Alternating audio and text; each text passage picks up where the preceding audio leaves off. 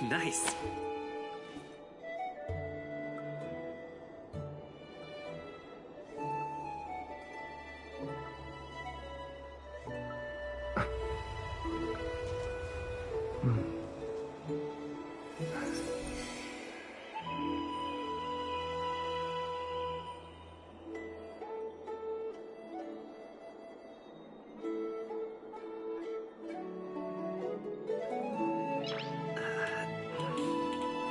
Nice.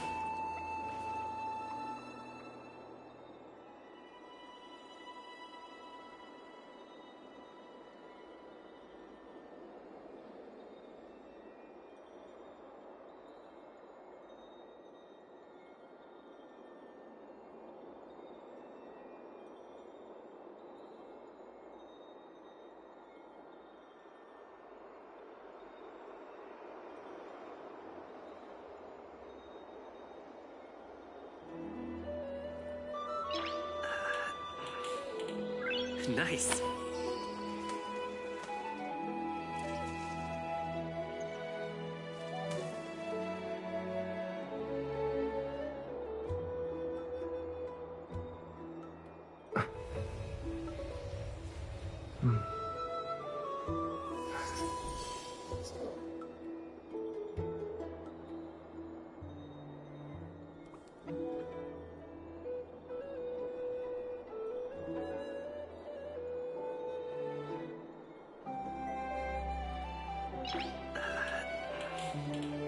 Nice.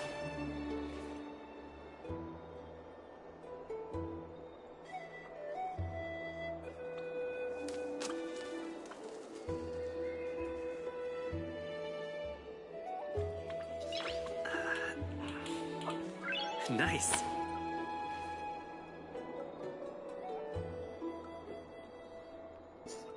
Why, hello. Unfortunately, my headphones are dead, so maybe at least maybe not as talkative as I usually am for like at least the beginning of this. What? Is that what I think it is?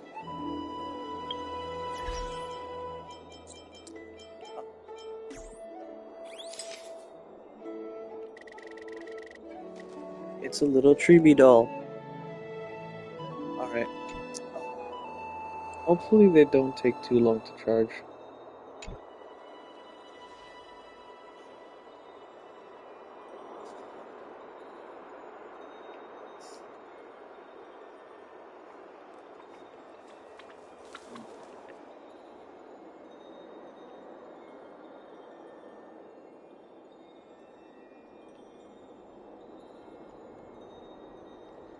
Just don't miss anything.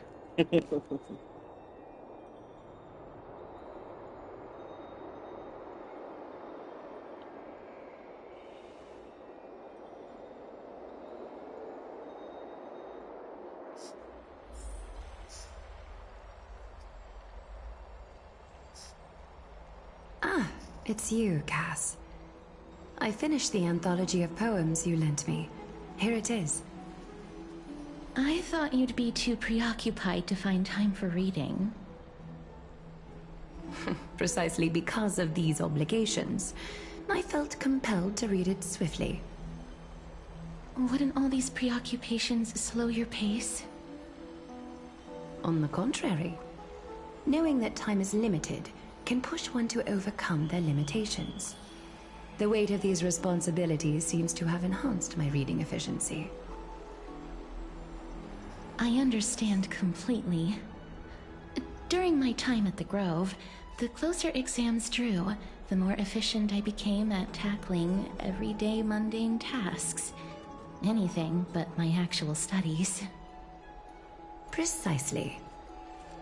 As I remember, you and Finon were both disciples of the new Sporists. I assume that Inaxa's exams were as unreasonable as the man himself, correct? The courses Professor Inaxa taught were Introduction to Alchemy and History of Mythology. And to be perfectly honest, those two courses were the students' greatest nightmares. The history of mythology taught by the blasphemous great performer himself.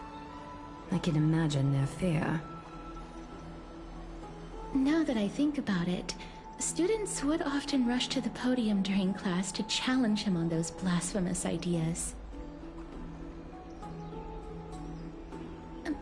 May I ask, Lady Aglaya, has your relationship with Professor Anaxa always been like this? He openly dismisses people's faith and questions the very justification of the Flame Chase journey. Our positions have been destined to be at odds. While you were studying there, I assume you must have heard of his nickname. Droma Straight in Finery? As I see it, this nickname is more of an insult to the Dromas. Despite his insufferable arrogance, I do hold a certain respect for his nature as a scholar. To remain true to his principles, he is unafraid to stand opposed to the world, and that requires considerable resolve. Anaxagoras' life is almost like a satire. As a Chrysos heir, he refuses to heed the prophecy, while he disrespects the gods. The gods have chosen him. He was indeed chosen by Circes. Is something weighing on you, Cass? The golden thread is quivering. I sense there's more to this exchange than idle chatter. With all due respect, I'd like to know what you plan to do with him. In light of his assistance in the battle against the Flame Reaver, I am willing to grant him some time to find a way to remove the core flame. However, if Anaxa decides to make any move that places us in danger, I will not hesitate to take extreme measures. Just as I feared. The Flame Chase journey is the destined path for the Chrysos heirs. Yet he now seems more like an empty shell. Given his strong sense of self-respect, I trust that Anaxagoras will make the right decision. Still, I can't help but hope for another possibility. Perhaps Anaxa will also overcome his limitations, now that he knows time is limited. I understand your stance. Let's continue this discussion another time. But now, let's greet our guest. You're here. Does this mean you're ready to take on Orynyx's trial?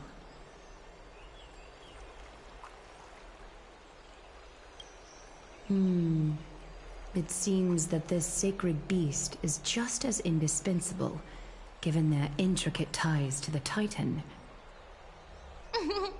Memmy mem, memmy mem mem mem mem, memmy mem memmy mem. Surrendering the core flame is a Chrysos heir's duty. Your selfless assistance is deeply appreciated.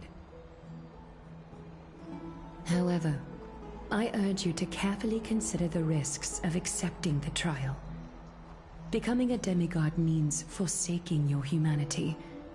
You will inherit Orynyx's divinity and bear the time of Amphoreus, all on your own. From that point onward, your fate will be forever intertwined with ours, never to be separated again, until the end of Genesis.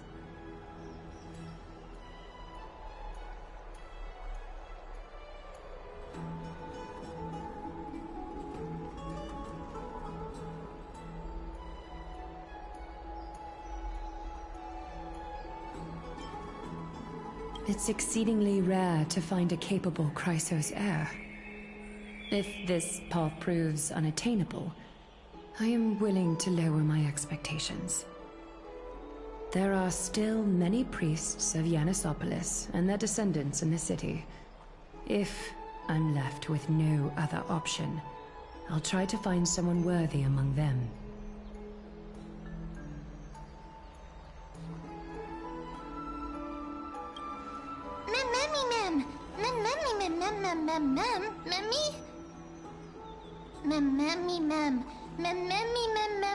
Hero. Memmy mem mem. Mem mem mem mem mem mem. Memmy mem mem mem mem mem. Mem mem memmy mem mem.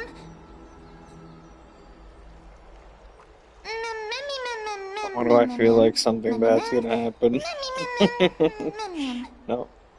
Just me? Okay. It looks like you know that Titan rather well. Memmy mem mem. Memmy mem mem mem. Memmy mem mem mem mem.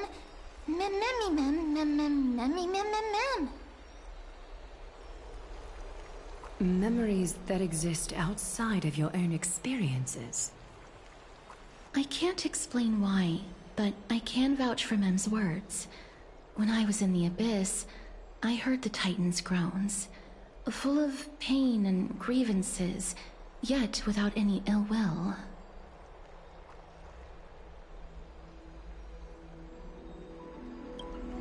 Since you've made your decision, go back to the bath chamber and get some rest. Trinem will call for you when the ceremony is ready.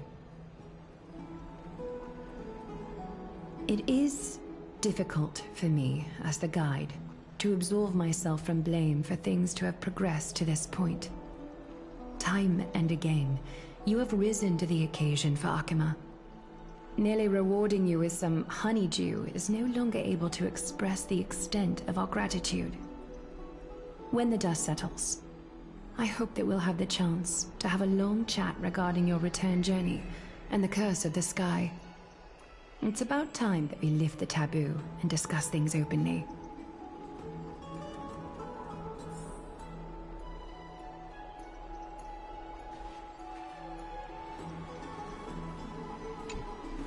Mister, may everything go well for you and...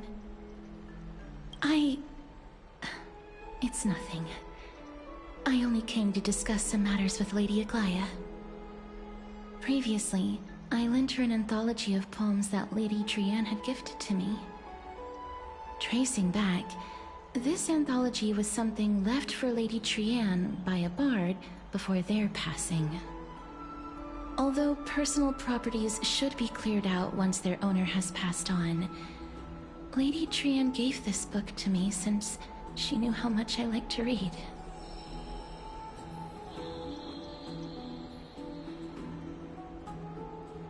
It just contains an allegory.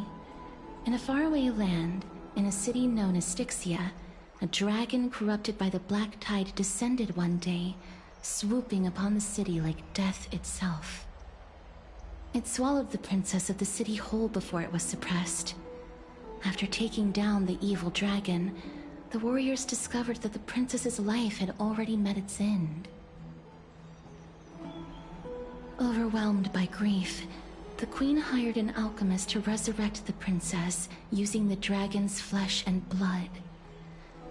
However, having lost memories of her previous life, the resurrected princess turned into an evil dragon herself and wreaked havoc on the city. As a result, the prosperous Styxia met its demise.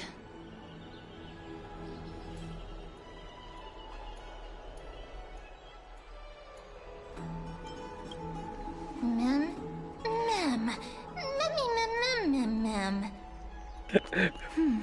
I actually think so. There you go. too. See, I think just like her. Mem, me, mem. The author of this book is Archepia, Mem was hit a in wandering confusion. bard who traveled to many cities. Among the things she left behind are poems, dictionaries, and many tragicomedy scripts. She even clearly underlined and took notes in books that covered myths with her elegant handwriting. While flipping through these books, I felt like I was afforded a glimpse into the life of Archepia. It felt just like I was traveling with someone that I'd never met before.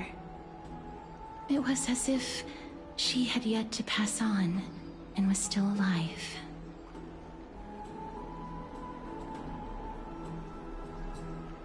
That's right. Writing, drawing, and taking photographs. It seems like human nature to try and leave records of things. Speaking of taking photographs, When I was helping you to take the photo previously, I did not look through the photos in your photo stone out of courtesy. But I'm also very curious about the story of the Rosy Celestial Maiden. Despite having visited many cities in Amphoreus, I still understand nothing about the world beyond the sky. If there is an opportunity... forget it.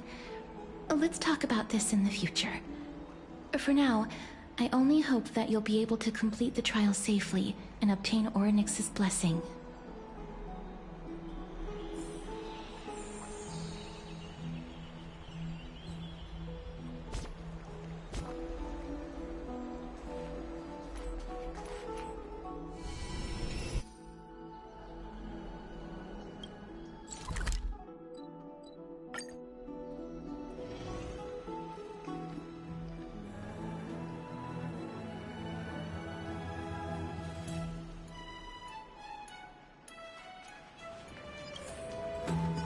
Yeah, so part of me was thinking of waiting to do these because, as far as I can tell, they never got a replacement for this guy. That's right. So it's going to be You're back, like just in talking time. to a silent This is protagonist. something that the both of you should probably know.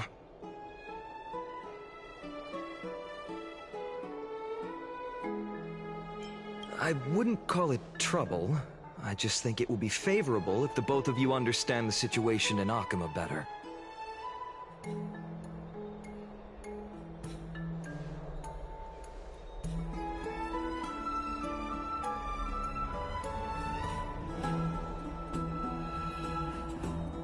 Some background information for you.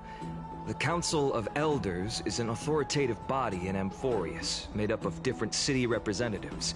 They hold legislative power over the Holy City, and are in charge of presiding over the Citizens' Assembly held once every few years. This is the most important social event of Akima. It is highly influential. Or they could just get some guy to go dun dun dun dun dun dun dun dun dun dun.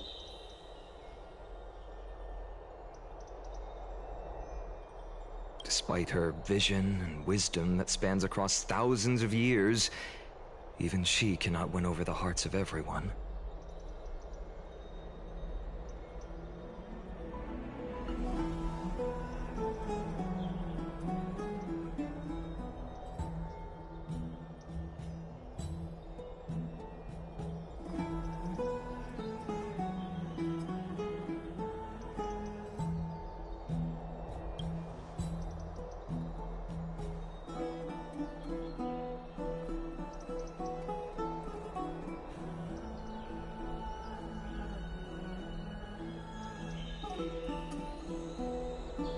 Every 5 to 10 years, the Council of Elders organizes a citizens' assembly. You say that as if that's a lot of fruit. Like, it's not really. During the assembly, Unless you're talking about the family size representatives will one, vote that's on like major issues such as whether the huge, Chrysos but heirs led by Aglaya they're not should that still big hold the right normally. to govern the Holy City, and whether the Titan's conquest should continue.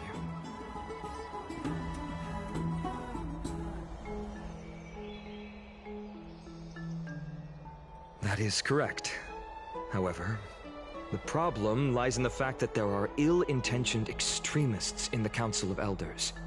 They view the Citizens' Assembly as a way to restrain the Chrysos heirs, and hope to take complete control over the Flame Chase journey.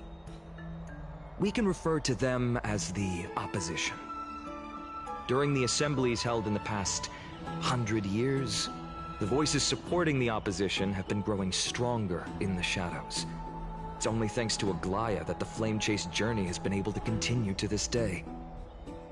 The Citizens' Assembly is just around the corner, but this time, there seems to be a new variable to the situation.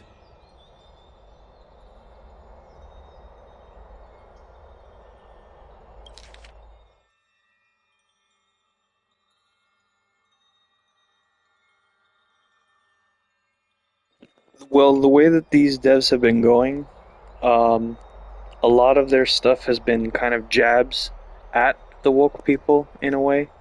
There was like one scene where They were talking about how there's people that couldn't separate fiction from reality. Yeah, so they've been pretty based.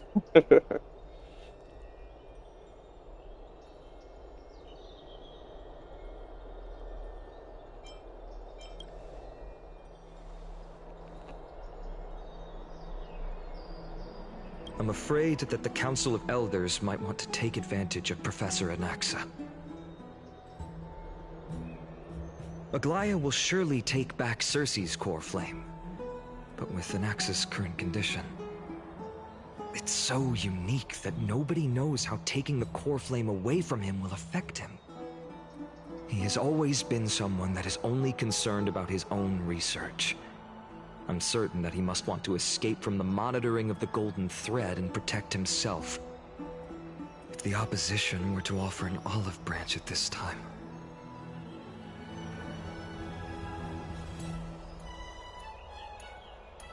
On the other game, are you talking about Anaxa has Persona? never believed in the prophecy, so technically it cannot be considered a betrayal.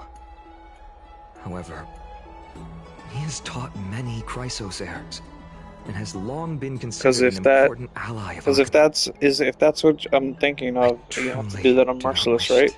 See comrades turning on.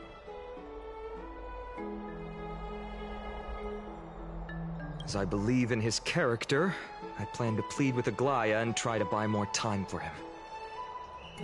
Then, the greatest way in which you can help is for you to know what I am fighting for.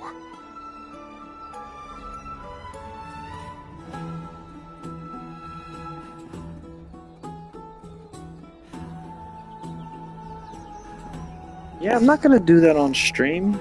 That's like a lot of like passive grinding. It'll just like be too repetitive for a normal stream. I've already done a lot of fighting on stream. I'm not gonna do the whole thing.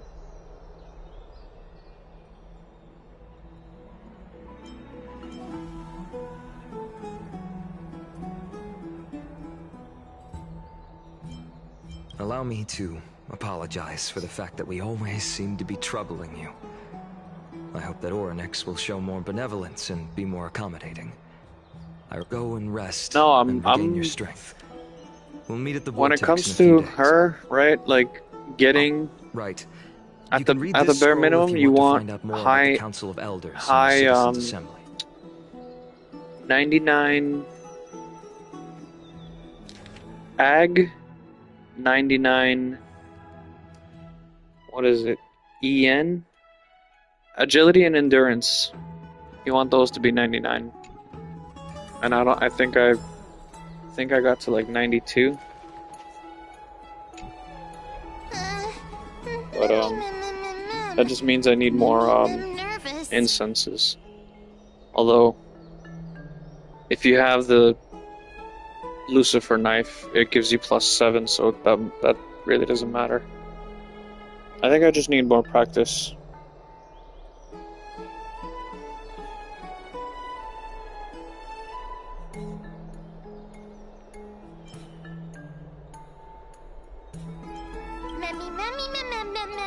Nervous,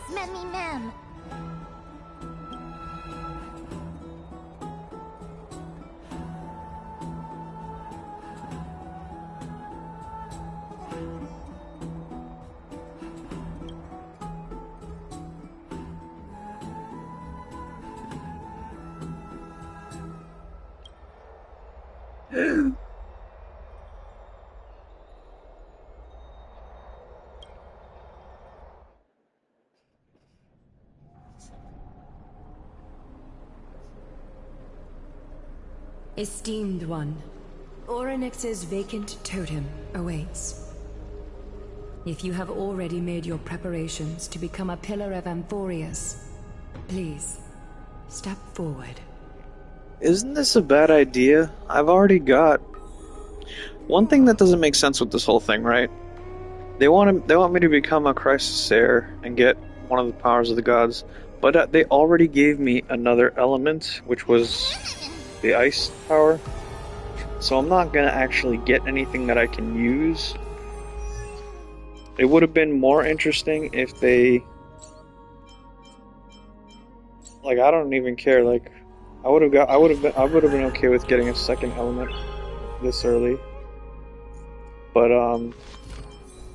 as far as the main character is concerned, they want to give you your elements much more slowly.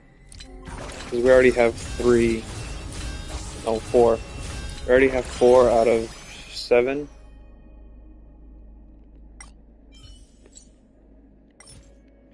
Which means all we have next is wind, quantum, and lightning.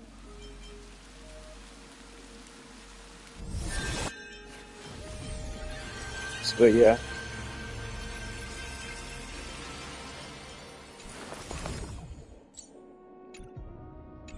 Nice. I was originally hoping we'd get Wind Erudition, but then they revealed Anaxa was Wind Erudition, so Little Gray.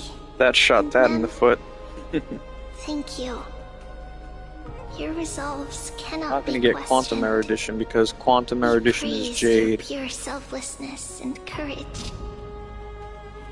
Get ready to assume Oryx's It'll be interesting divinity. to see what they come up Trail. with for the next region.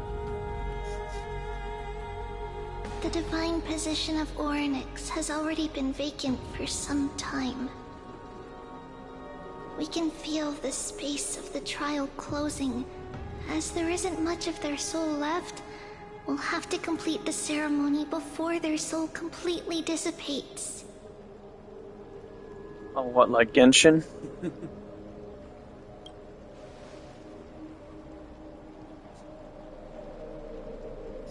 The 8th core flame coveted by the miracle. The protagonist from Wuthering Waves got to overclock, and that meant letting you switch between the 3 elements during a boss battle, and that was heroes of the Chrysosairs. A traveler who is upright and courageous, and a sacred beast that invokes miracles. Who? Both of you, please, come forward.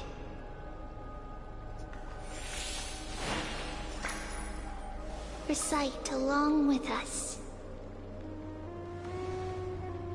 O Majesty of the 12 Titans, pillars of the world, we seek your divinity to mend the rifts of the world.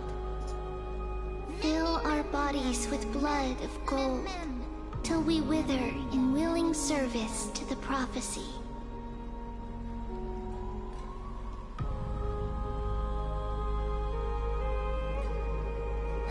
These are just words meant to make the prayer seem more solemn.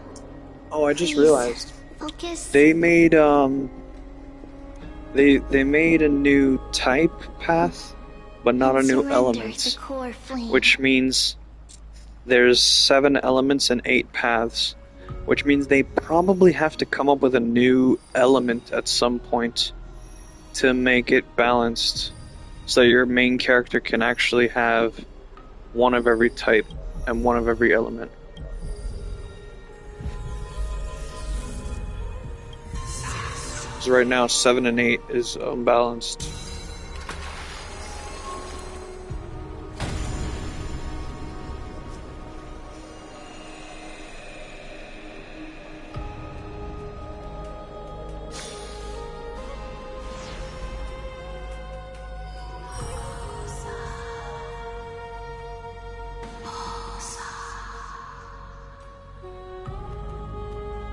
Oryx. Their soul has been waiting for a long time. Perhaps they're also quietly waiting for the arrival of their successor.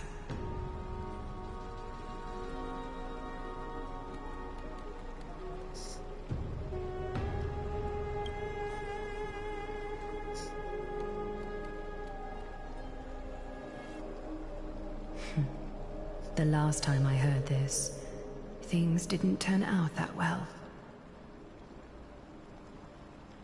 Don't worry, Aglaya. He's tougher than I am, right?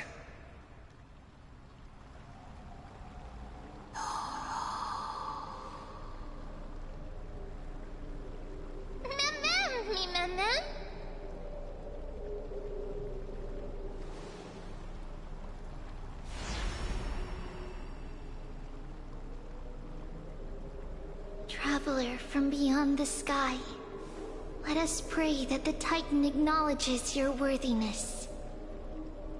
Although he loves cracking jokes at inopportune times, his determination is as strong as the Chrysos heirs. He will definitely succeed.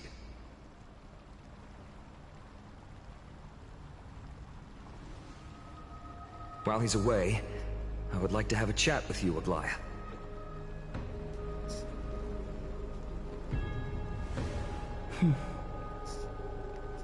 Speak. I'm listening.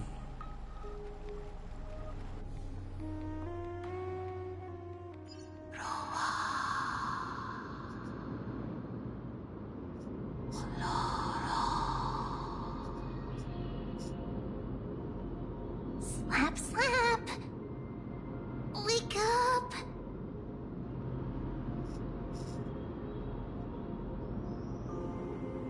How is it? How do you feel? That's right! Look! I don't know what happened, but I'm able to talk! Testing, 1, 2, 3. Testing, 1, 2, 3. I have such a cute voice! It must be because of all the memories that I collected. They allowed me to grow beyond expectations. Also, listen. The words of the Titan are becoming clearer. Mother.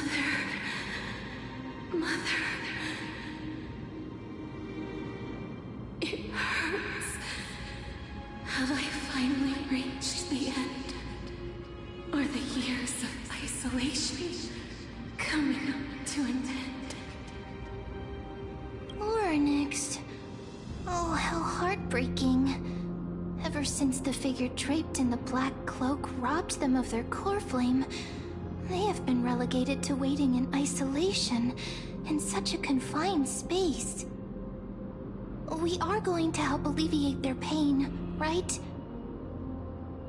Memories. Broken. Mother. Where? Mother? Who are they calling out for?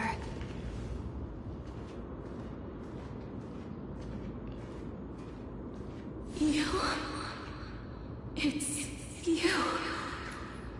I remember you. Skyfather has gazed upon you. Mother is calling for you.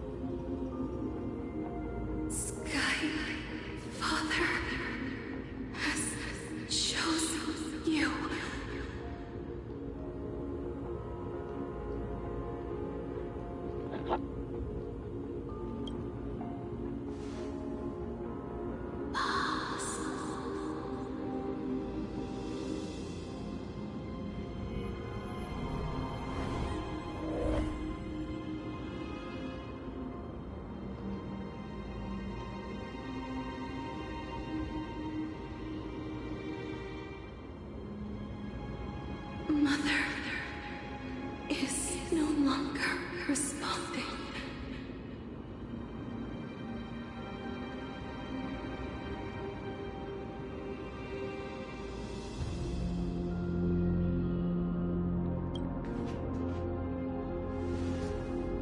Something important.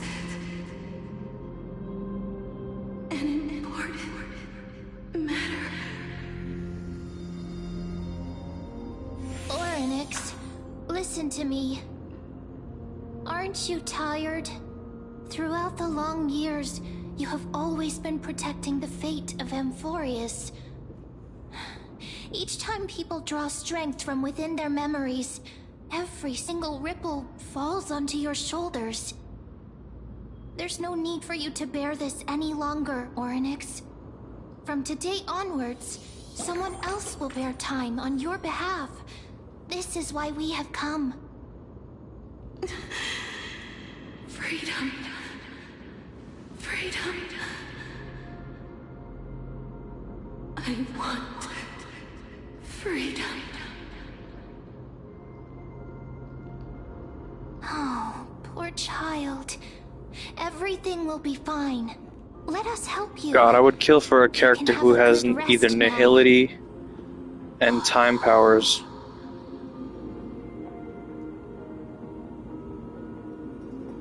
Well, combine nihility with somebody who can manipulate time. Basically, you'll advance either your allies. Okay. One of the problems people have with nihility is that all the DOT-based nihilities have to wait for the enemy to take their turn. So what people want is somebody who can advance the enemies forward, which would normally be a bad thing, but like advancing the enemies forward so that they take the DOT damage and then die on their turn. So it's like a DOT amplifier. Like, they're not gonna just give us another power right now.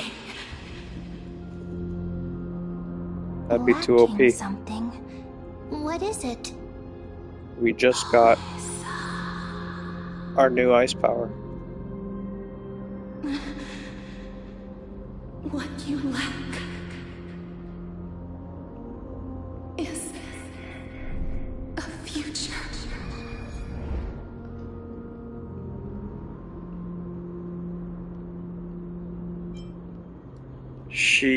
I think our character dies at some point, but it's like, everything dies. Future? Traveler from the sky. We're the main character, we can't die You should until have the story's over. dissipated already. And that's not gonna be for a long The time. gaze from the Sky Father We'll die and be resurrected, but stabilize your form. we're the main character, we can't actually die. From the moment you crossed the sky, your life was cast away. Right now, you are simply a collection of walking memories. What? How is that possible? Oh shit, these devs played Final Fantasy X?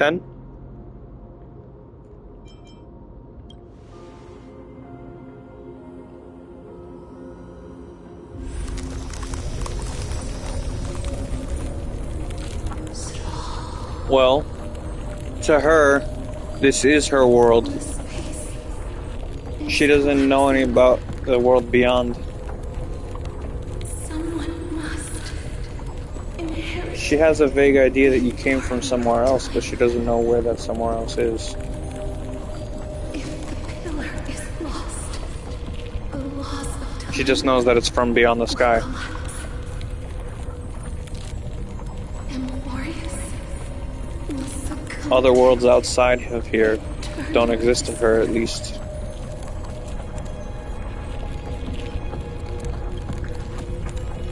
Time never compromises, never bears grudges, never forgives, never makes a choice. Child of humanity, Titans, mother, She still won't tell me who her mom is. It's just making me think it's March. time, Which would be weird because March is basically a teen girl. this world. But then again, seeing as Orynyx's time, Divinity is maybe her dissipating. mother went back in time to when she was younger, and that's why she has no memories. Pathstrider of remembrance, my strength, I shall entrust it to you.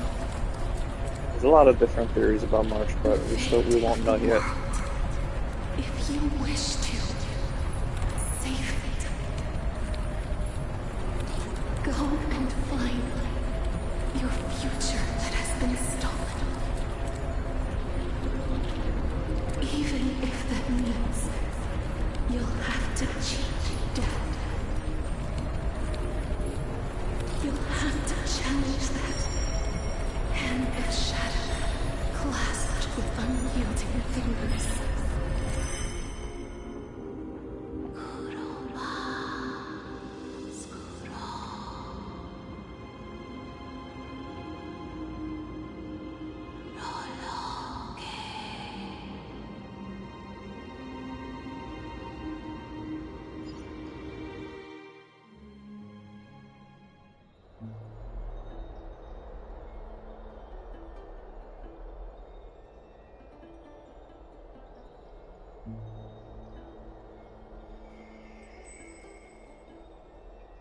Ronax has trusted you with their divinity. Now you're no different from a demigod of Amphoreus. However...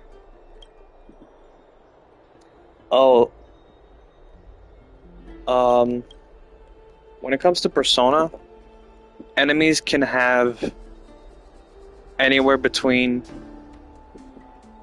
1 to 2 weaknesses or no weakness at all.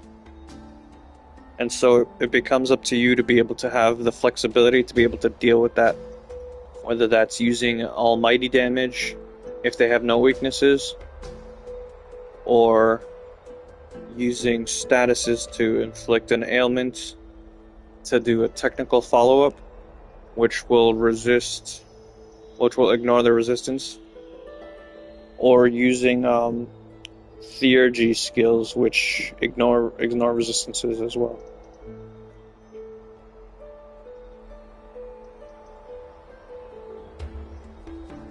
So yeah, it's generally most trash mobs will at least have 1 weakness, but sometimes there'll be one with none.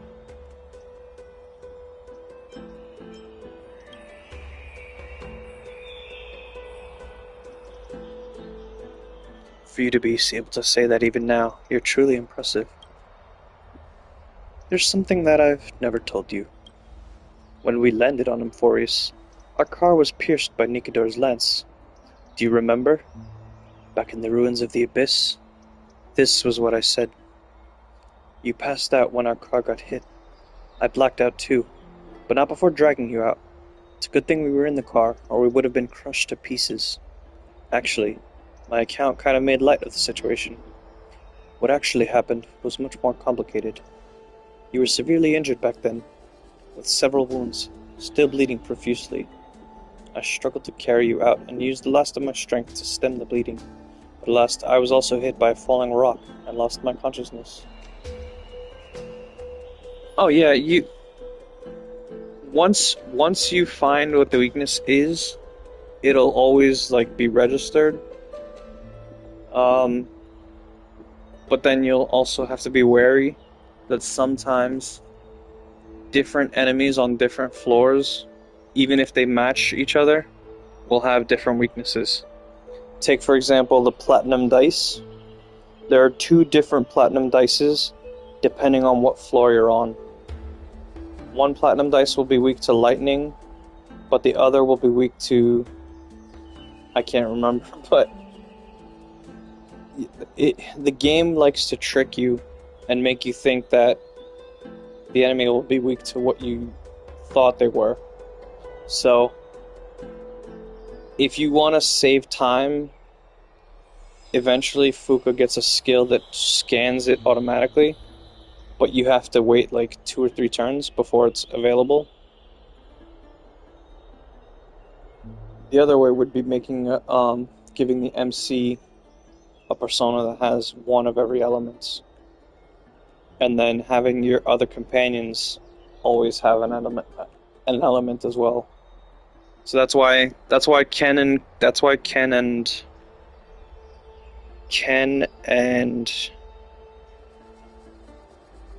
Koro are the best 2 companions for the most part, because they could both check 2 different elements.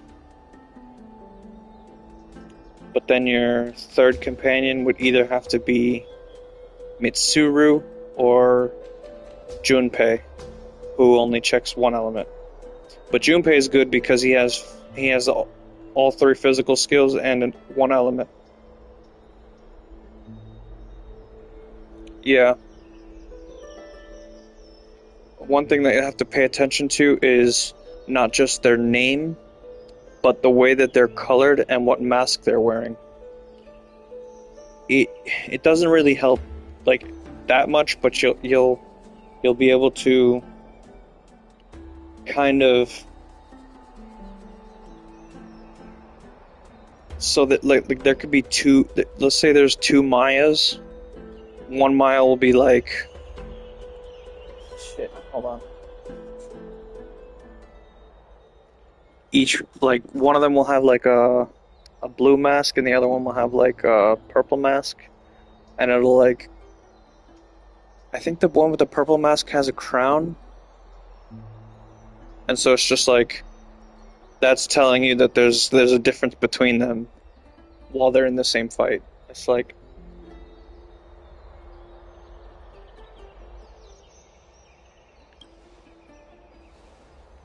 last time I checked, you were still breathing, but when I regained consciousness, I saw that you were alive and full of energy, so I never brought this up again.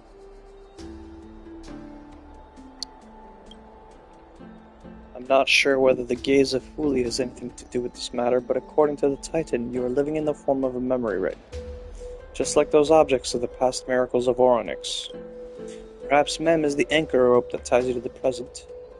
I'd assume they couldn't stray too far from you, but the truth might be the exact opposite.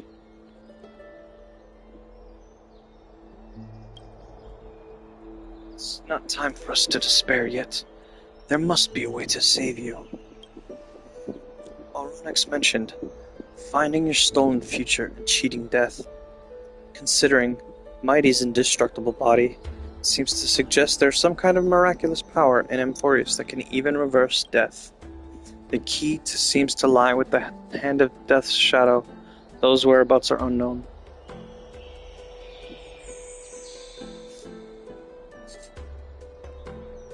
But like I said before, even having the same name can be a trick, because they'll be on different floors. So like, let's say Platinum Dice on floor 100 versus Platinum Dice on floor 200. They'll have different weaknesses despite sharing the name Platinum Dice. Hey, But if they're on the same floor, then they'll have the same weakness, if that makes sense.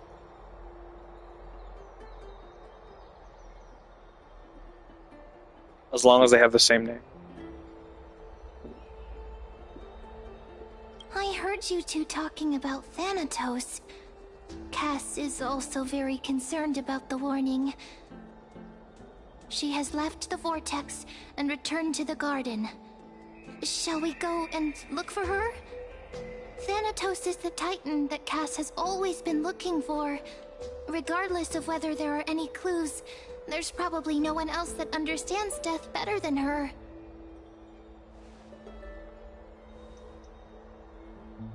Oh, right. There's something that I have to tell you.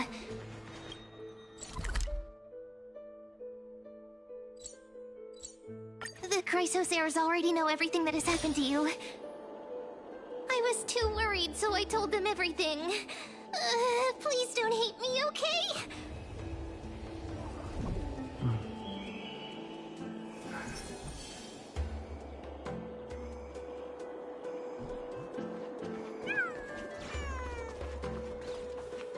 More and more.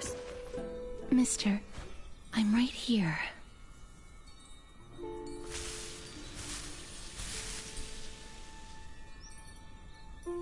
Please stay there and slowly turn around.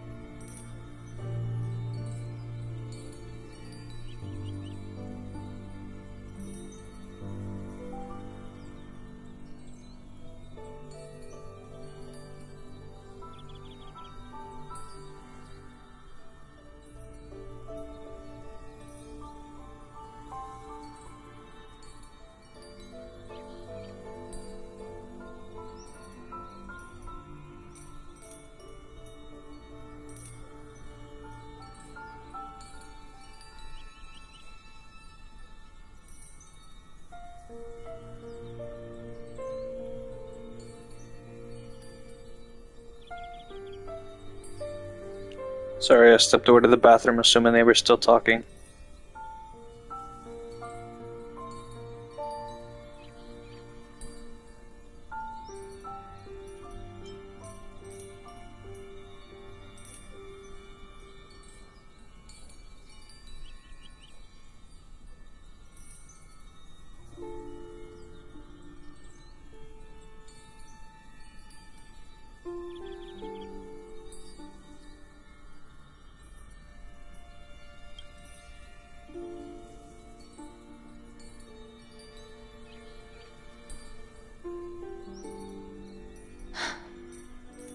Please pardon me.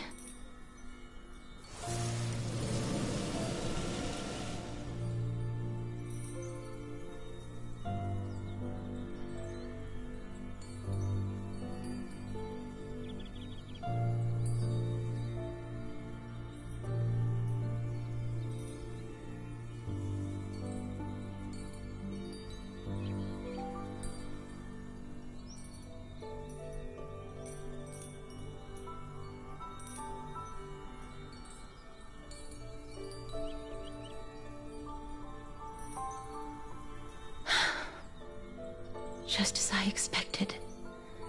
I cannot feel anything.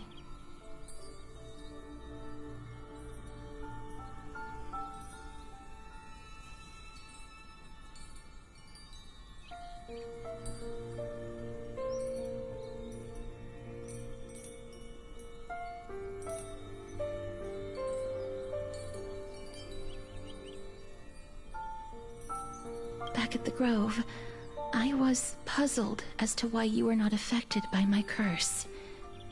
I thought that it might have been the special ability of a traveler from beyond the sky. Never did I expect that this would be the true reason. I'm sorry. I should have noticed that something was amiss earlier. Mister, if my abrupt behavior just now offended you, I hope that you can forgive me. I'm just thinking, if your soul has really left your body, as a mortician, I might be able to trace where it has gone to. Cass, did you find anything? My apologies. Not as of yet. Perhaps I have overestimated my capabilities. But, Mister, would you be willing to let me try again? This time, I'll increase the area of contact slightly. Perhaps the result might be different this time.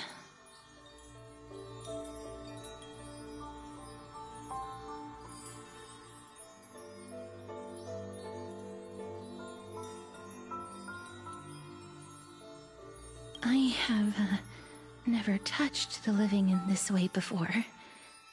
If my actions are in any way disrespectful, I hope that you can forgive me.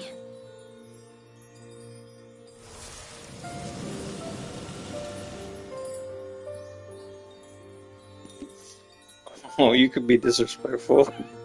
Go right ahead.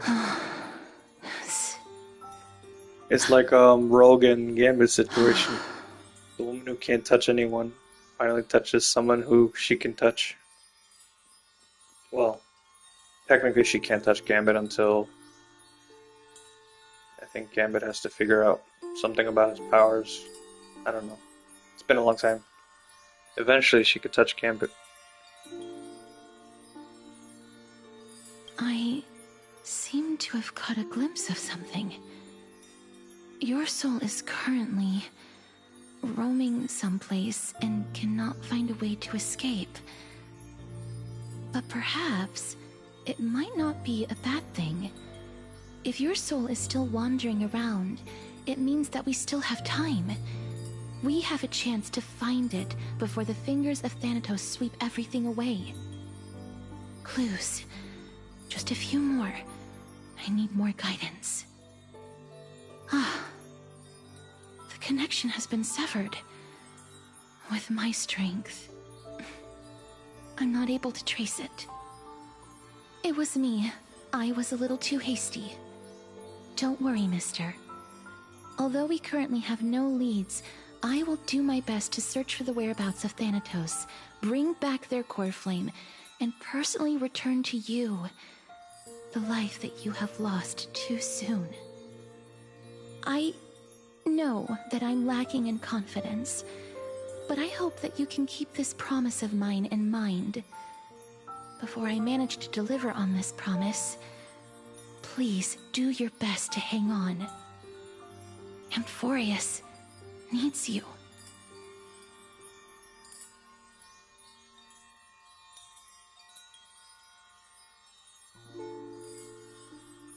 Lady Aglaia and Lord Finon are currently discussing some matters in the paths. They're worried about you too. If possible, please go there and let them know that you're well. Although, I don't actually know whether your current situation can be described as well. Also, please accept this Styxian fable. Reading can help one to focus and relax. I hope that reading this can help tide you through this difficult period. Species are disappearing.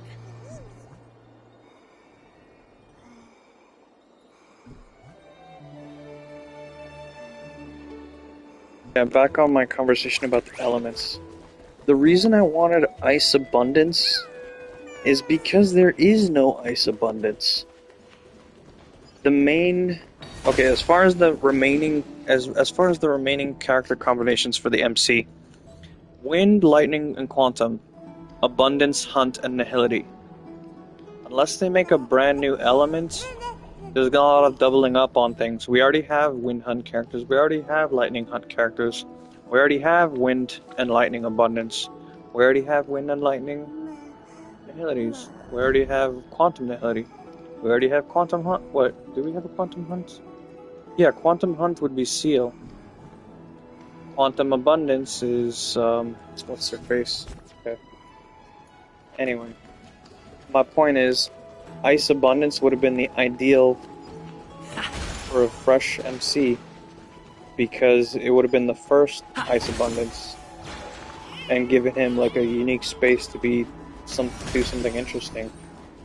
But then they came up with Remembrance, and it was like, okay, I guess they're not afraid to double up on other elements. They're here. We'll see what happens next. Partner!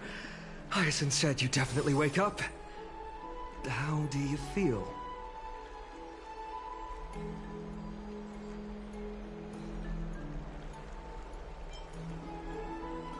Well, at least you look no different from the living.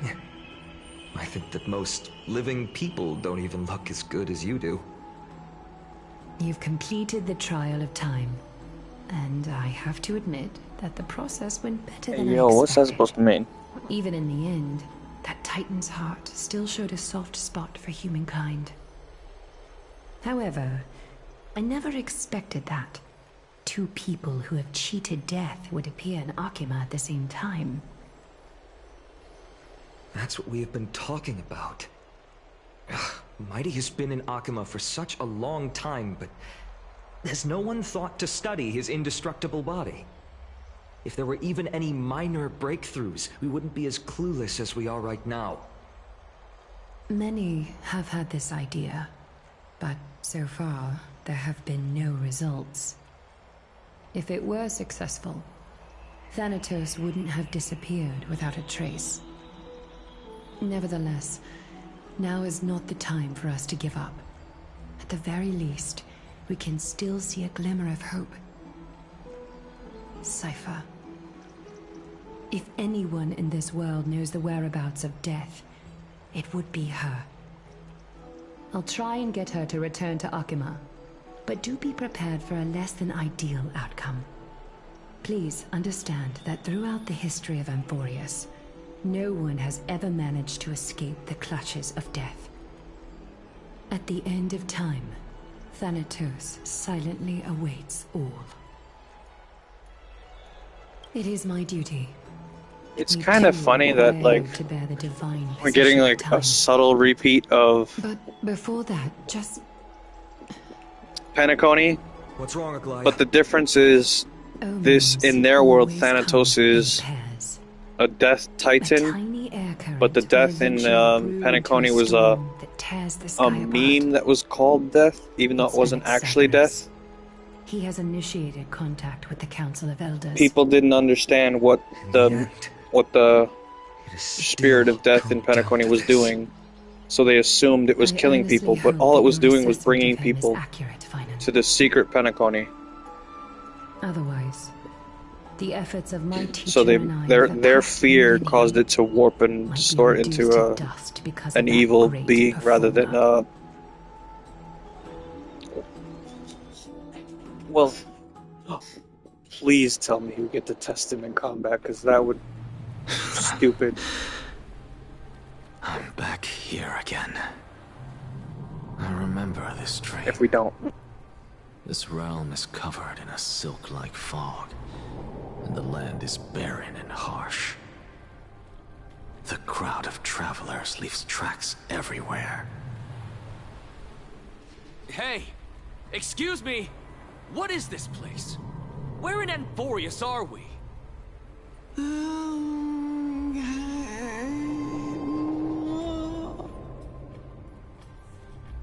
The mutters of the traveler are in a language I'm unable to comprehend. Or perhaps they're just distracted and ignored my question. Tell me, which Titan reigns over this land? And how do I find them?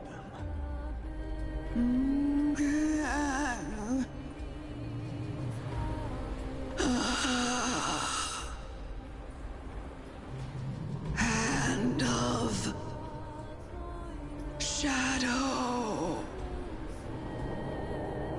Hand of Shadow Thanatos. Could this possibly be the Netherrealm? Not Netherrealm. Then where is this? River of Souls? The outskirts of the Netherrealm? Are you heading downstream toward the Netherrealm? The Netherrealm. Nothing but an illusion. Titan rejects you, me. Listen. What?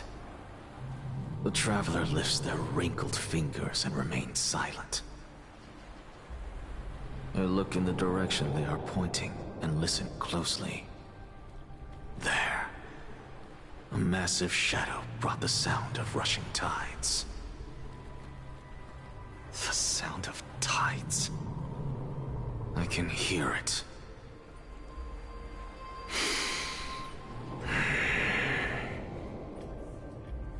I hear it, deep within the tides, beyond the closed gates of the Void World. A voice, about to recount something. Child of humanity. Is it death's embrace you yearn for with such urgency?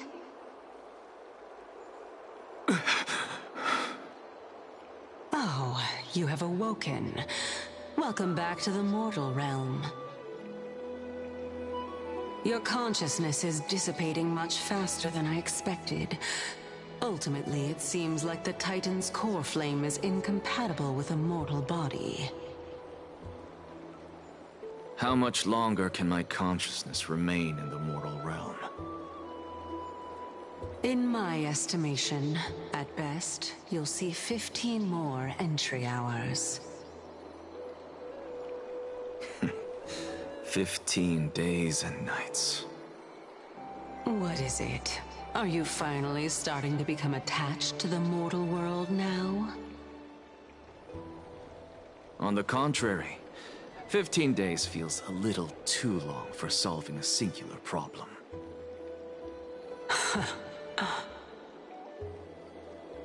Stop giggling. It's time for us to go. The messenger from the Council of Elders is almost here. Let me ask you one more question. Are you really planning to betray Aglaya's will? What betrayal is there to speak of when I was never loyal to her to begin with? What about that white-haired student of yours? Acting so recklessly, do you not care about what might happen to him? There will be a price to pay for blind faith. This is also a lesson for Finan.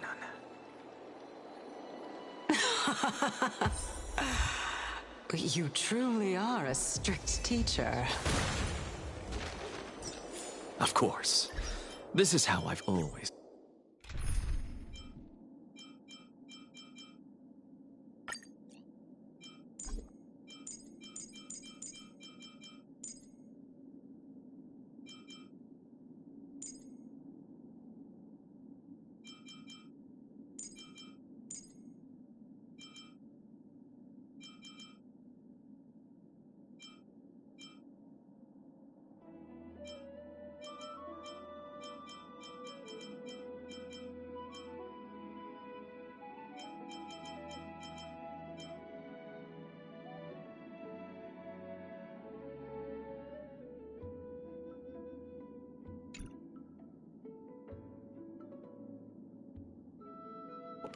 Fuck.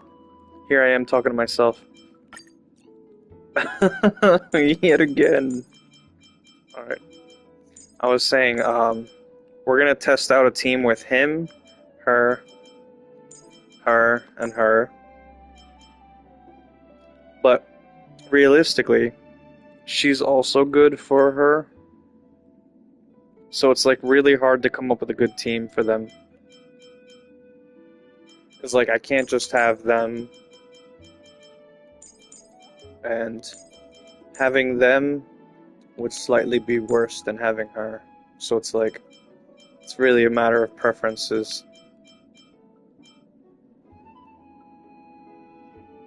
So I'm just gonna try this out for now.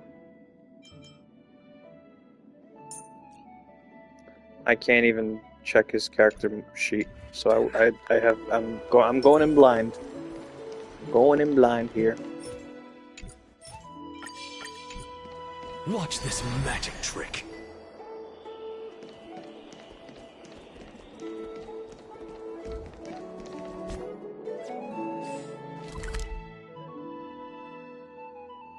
Damn. Is there not going to be any fighting here? Because what's the point? But they better send me some enemies to fight. I wanted to teleport to an area where I could fight. Wait a minute. Let's see something. No! Here I was trying to be clever.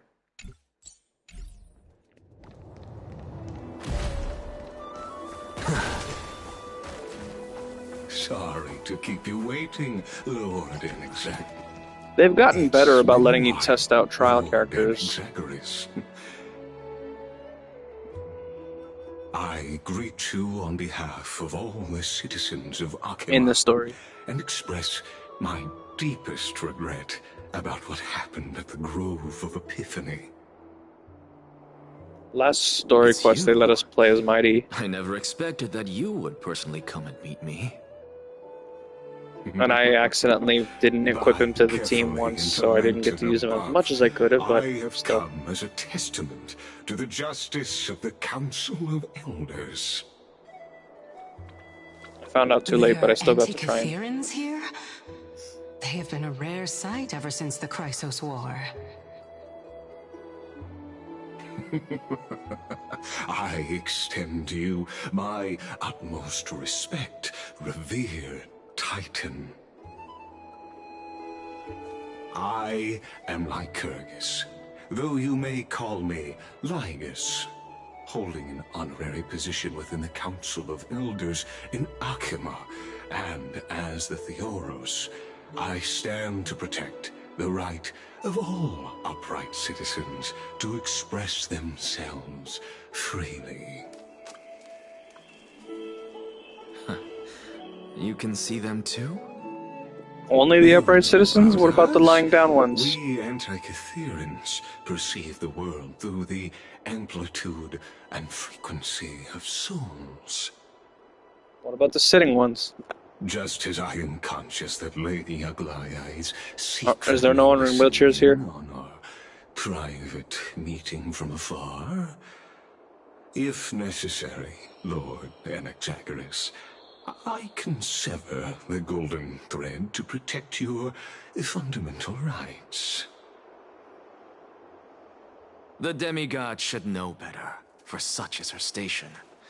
Spare those poor threads, and just let her listen to my words. They shall serve only to unveil her own folly. May I interpret this as you having a countermeasure? I need not any plan, because she can do nothing other than petty espionage. As the Citizens' Assembly approaches, and with Orynyx's fall, any attempt to capture the core flame within me will only usher chaos and calamity. A truth she undoubtedly comprehends. While I, Anaxagoras, serving as the Grove's special envoy to Akima's Citizens' Assembly, have long known the extent of your abilities. Let's forego the formality of asserting authority, Lord Lygus. Lead the way. Very well.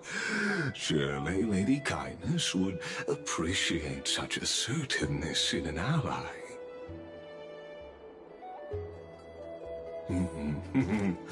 She's been waiting. Follow me, please. Is there something on your mind, Lord Anaxagoras? Nothing, really. It's just a question that I contemplate every time before I ascend to Dawncloud. For the Titans, does the falling equate to death? Ah, a pondering truly deep. Time is on our side.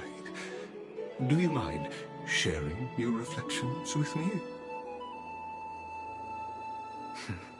While all living beings must ultimately face their demise, Kefali has yet to meet theirs. Their journey continues unhurriedly along this long path. Are you suggesting that Kefali may not have truly passed? Yes. For dying implies an ongoing process, an action, whereas death signifies a static state, a definitive termination.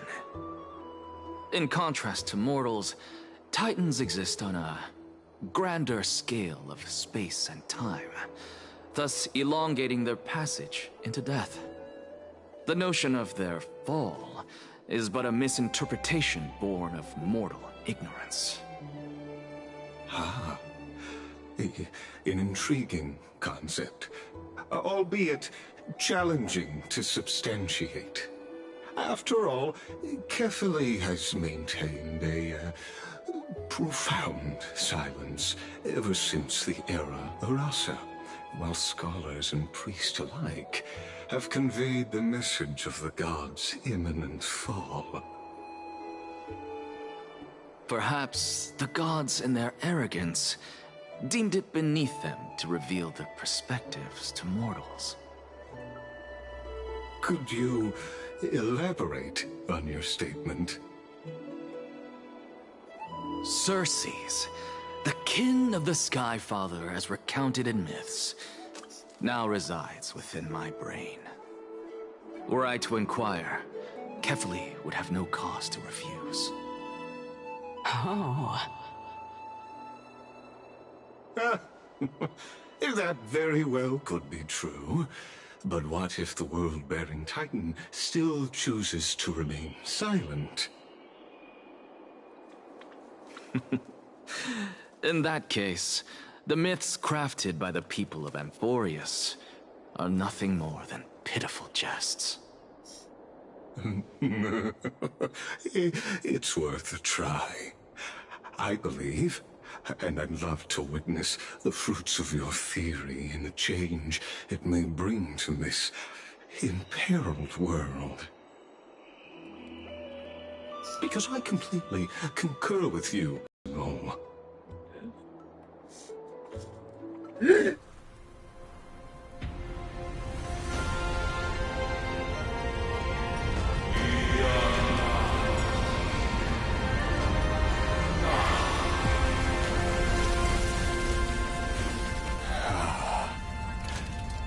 Please, Professor.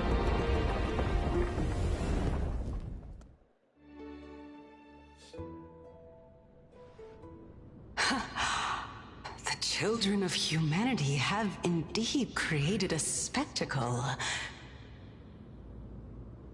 Welcome to Dawn Cloud. The atmosphere here carries a greater sense of solemnity than the mundane clamor of the Marmorial Palace, with entry permitted only to the invited.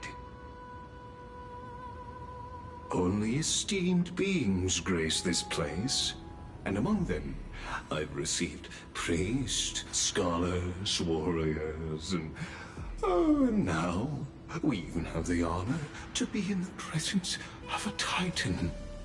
Oh, what a joyous occasion. Once deemed a blasphemer, now a surrogate for revered divinity. The honor should rightfully be mine, shouldn't it? I'll notify Kindness and the others of your arrival. Kindly wait for a moment. A soldier will be here to guide you shortly. In the meanwhile, you're welcome to explore the vicinity, but kindly remain within the guard's view. Delaying the crucial meeting is something none of us wish to see, I presume. Something tells me... I'm well aware of Kindness's methods. There's no need to emphasize that. As you wish. Your cooperation is much appreciated. Something tells me I'm gonna fight soon. I don't know why. Alas, I had hoped for a brilliant plan from you, but it turns out you just left one cage to enter another. Save your concerns. I know very well what I'm doing. I shall depart to explore the surroundings then. Now that I look around, I wonder if there are any murals bearing my portrait around here. I'm quite intrigued to see how the children of humanity beyond the Grove perceive another Titan. Off you go. I won't be joining you. This Titan appears to be quite at ease. I should investigate the Council of Elders' recent activities first. Be aware, I can hear you perfectly well from here.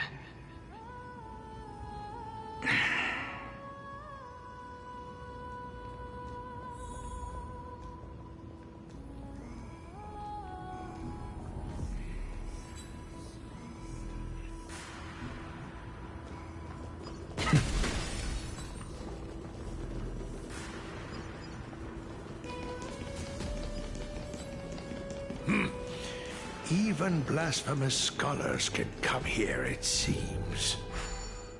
Looks like my presence here is quite unwelcome.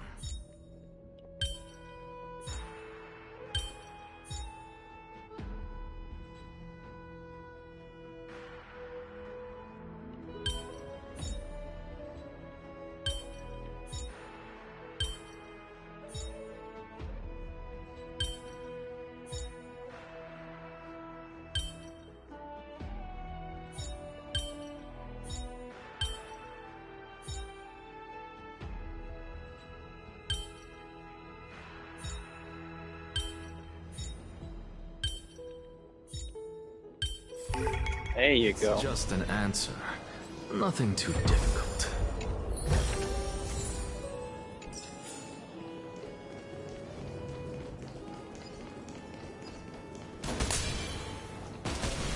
Oh shit, he has a gun. What happens if I shoot you? Pussy.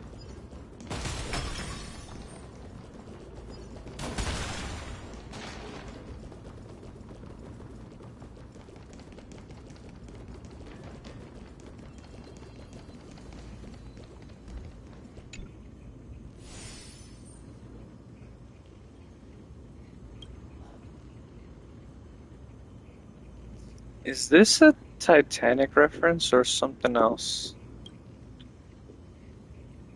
Or... wait, hold on. No, it's something else. Okay.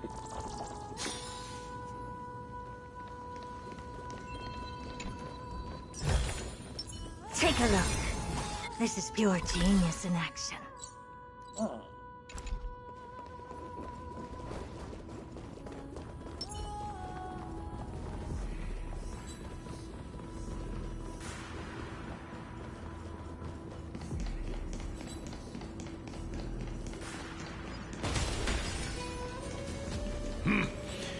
Even blasphemous scholars can come here, it seems. Looks like my presence here is quite unwelcome. You said that already.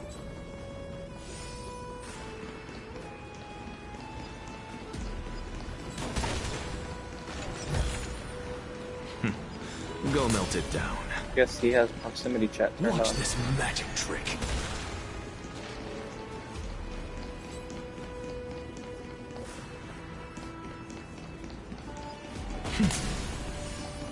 Wait, what? You have what? No. The guy in the game.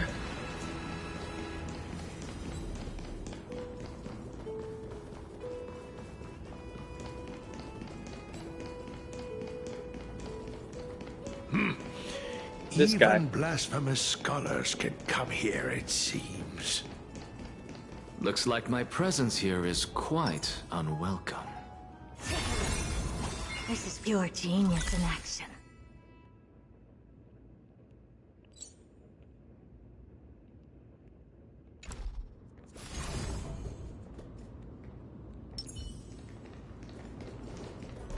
String the numbers! Incense ascends. Professor Anaxa! Over here! You're fired.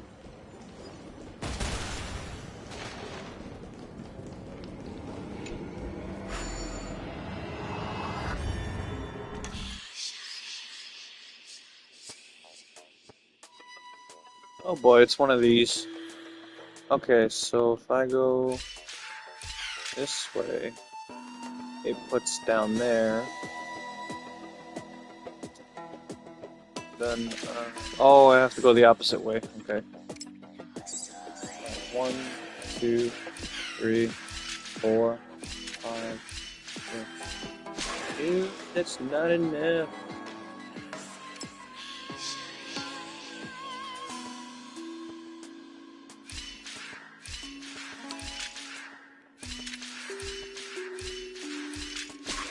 Perfect.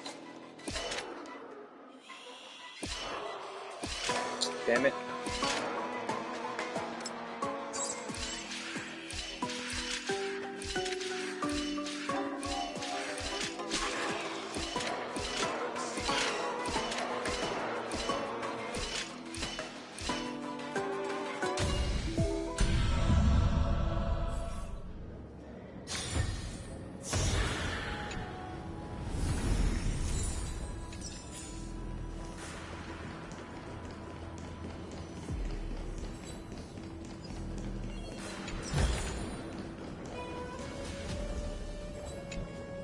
Professor Anaxa?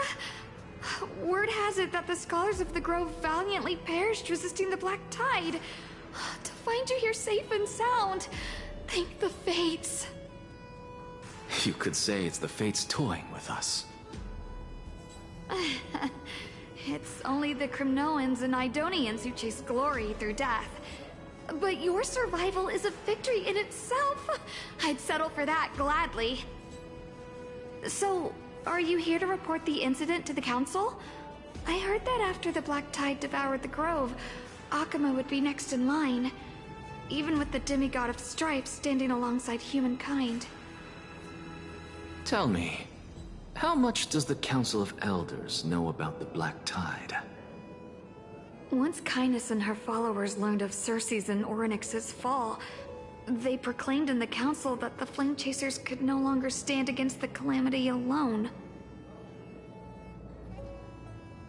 Yet, when the Crown Prince ascended to godhood and repelled the Black Tide, she immediately altered her tune, declaring that all was resolved beyond Akuma, with the only remaining menace now being Aglaya and her adherents.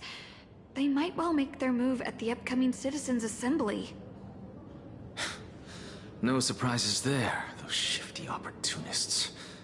Thank you for your honesty, virtuous student. Being an opportunist could very well be a facet of wisdom. Shouldn't you be searching for murals of yourself? I've had enough of your prattling. I was really curious to see how you would find the middle ground between both factions, so I came to listen in. But it seems as though this Kindness is much more ruthless than Aglaya. If so, why do you want to work with her? Could it be that perhaps you've decided to readily surrender this hollow shell of yours, just because you feel like death is fast approaching? I'm afraid you'll be sorely disappointed if that's what you truly think.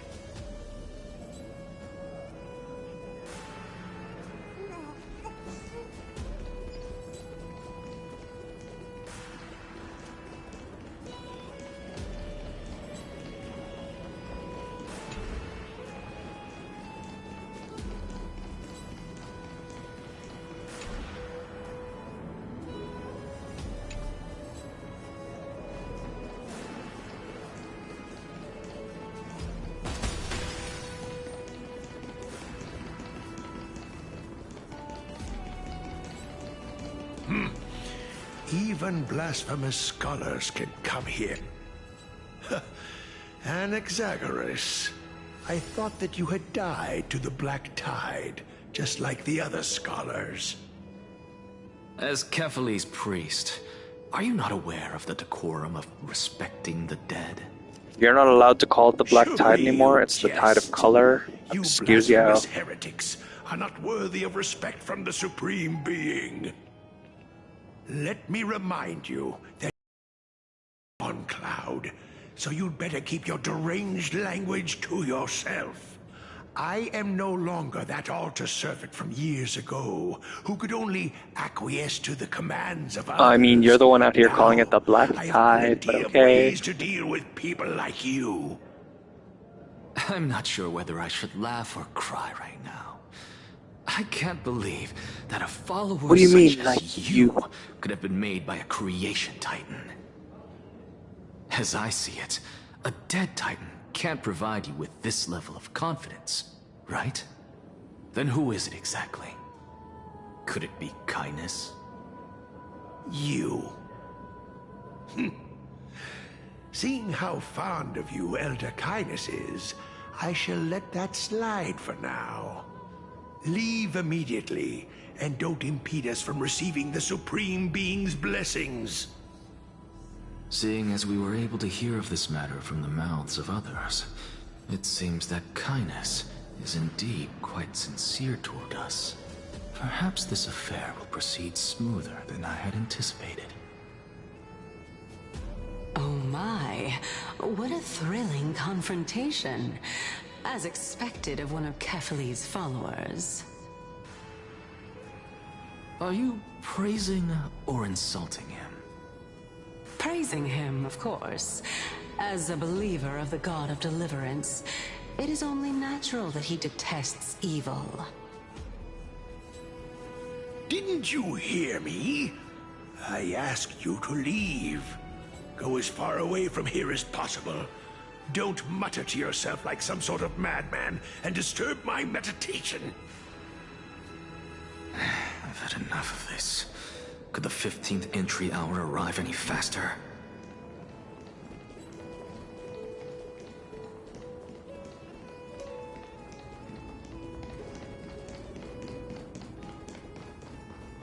Oh, my. Every plant, every tendril, no, even every leaf could be the embodiment of Circe's.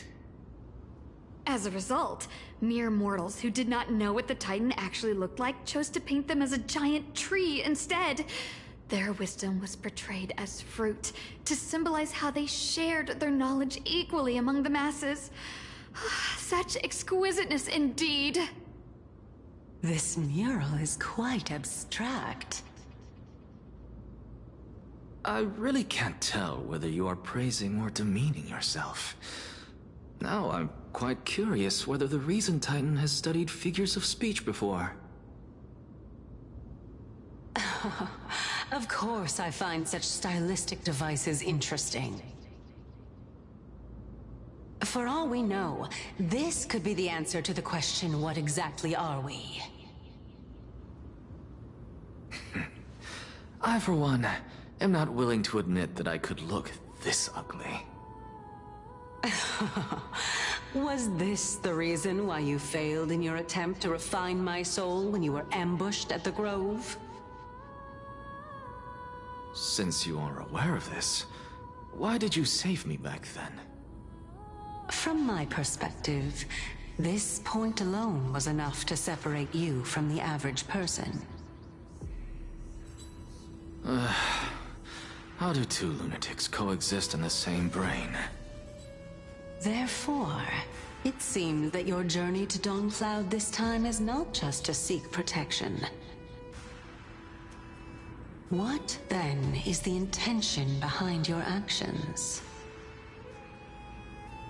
The entire plan is stored in my memory, so why don't you look there? Then don't mind if I do. 1 year old, 2 years old.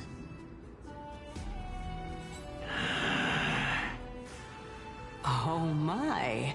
Even a member of the preeminent 7 sages must hug his dromastol to sleep?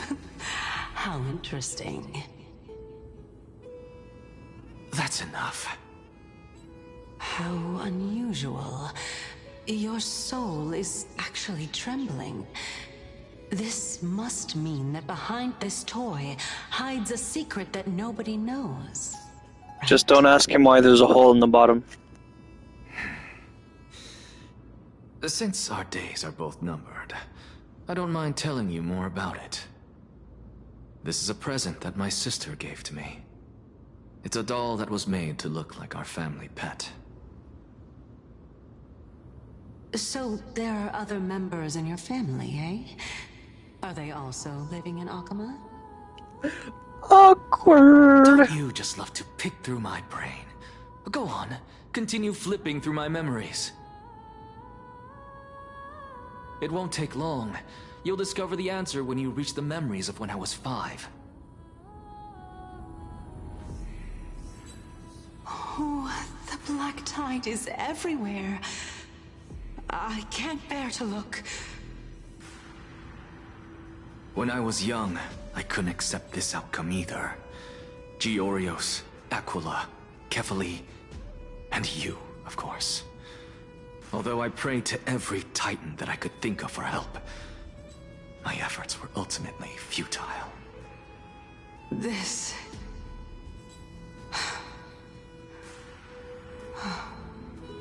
Could this be the inception of your research into alchemy? Indeed it was. Everything started from that verdant courtyard of yours.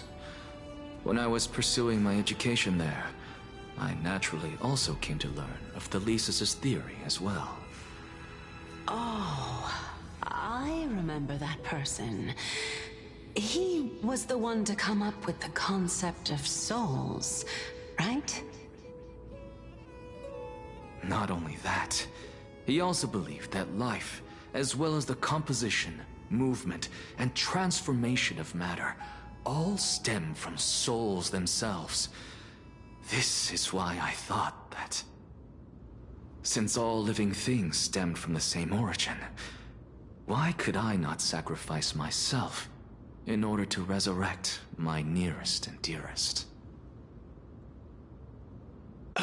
Anaxa, you...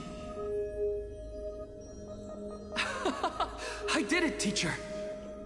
Did that just say Empedocles? But this is absolute blasphemy. Jesus. Regardless of how much freedom the Grove provides, such an act could cause you to be burned at the pyre. I guess he was the youth enthusiast scholar. Send her away from the Grove at once, to a place where nobody will ever be able to find her. Otherwise, the both of us will be judged by the Council of the Seven Sages. Calm down, teacher. My sister, she's still not in the mortal realm, even to this day. What do you mean? It was naive of me to think that I could snatch the deceased from Thanatos' grip by merely sacrificing one eye. Equivalent exchange. All I received for that price was but an opportunity to see her for one final time. Nothing more. Oh. Let it go, Anaxa. As one of my best students, I cannot watch you go down the wrong path without doing anything to stop it. Never do something taboo ever again. Don't disappoint the deceased, and never harm yourself. If you can do that, this classroom will still be yours, and you'll have a chance to live out your own life.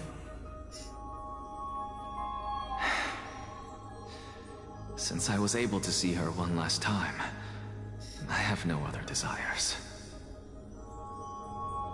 You're right, teacher. It's time for me to start a new life.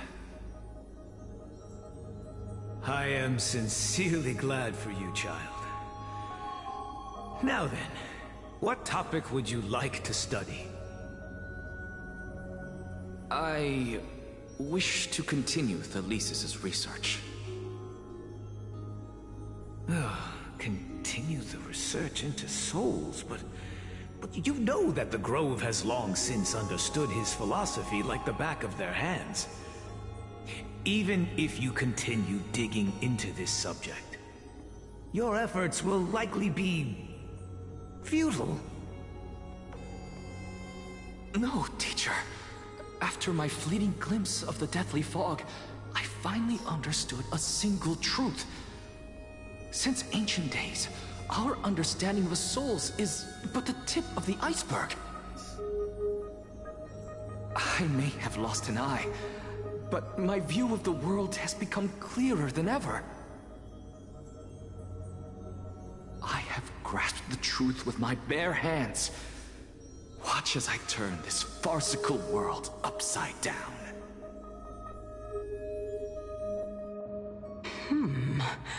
Who would have thought such a secret lay concealed beneath that hefty eye patch of yours? However, this story doesn't seem to be connected to your plan. In fact, I'd say that they aren't related at all. The answer lies within the tale.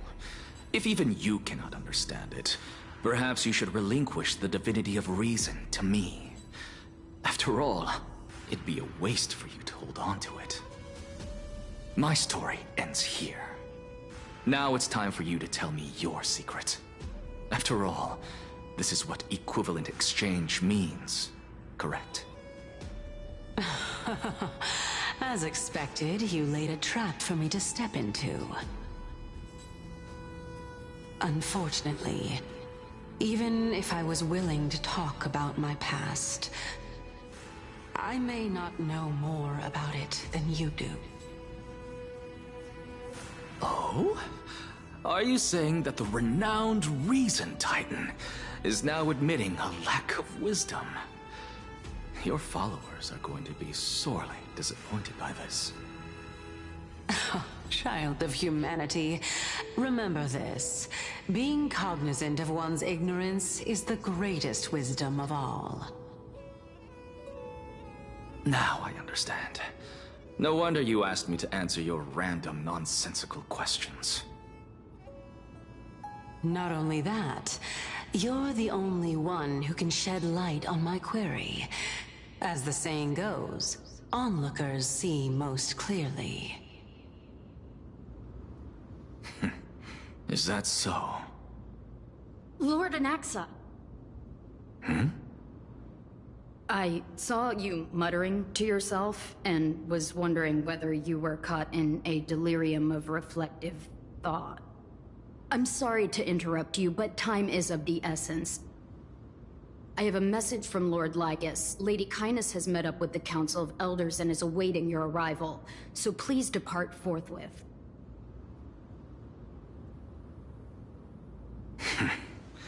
It's finally time. Oh, shit. Carefully. The one who created the world, and the one who bears the world.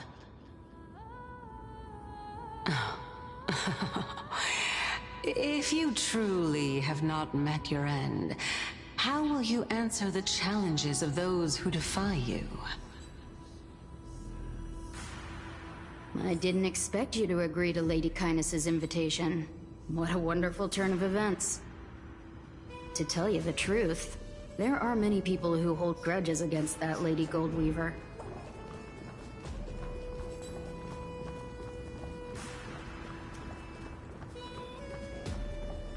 Isn't that the Dromas draped in finery?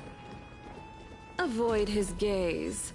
I don't acquaint myself with blasphemers. Don't worry. He's too full of pride to pay us any attention. Your nickname is Dromas as well? You must really like those creatures.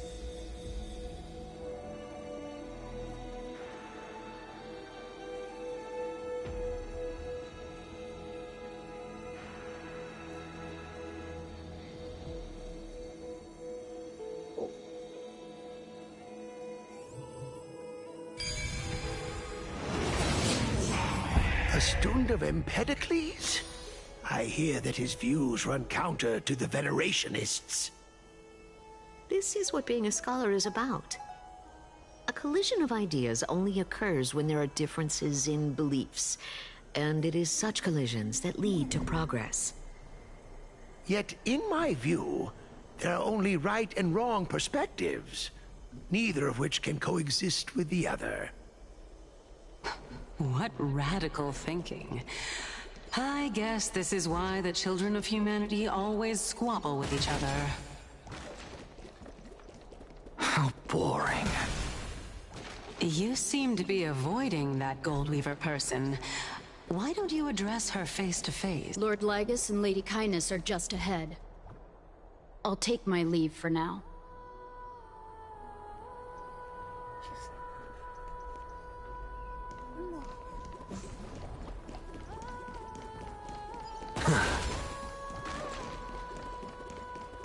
Yay!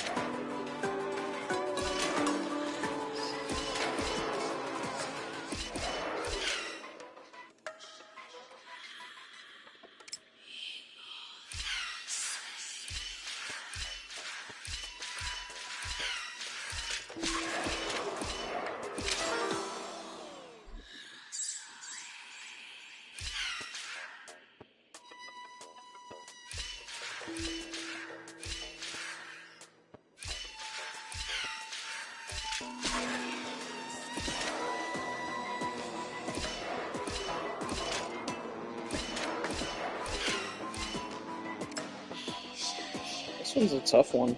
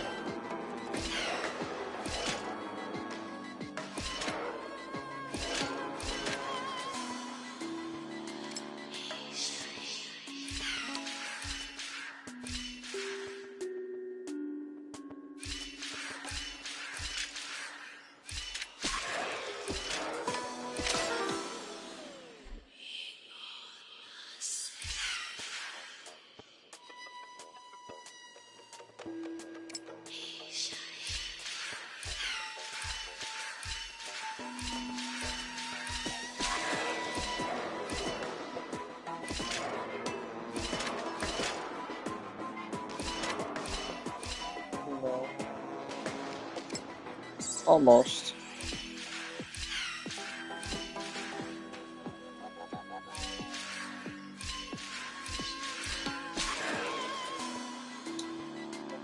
Hold on.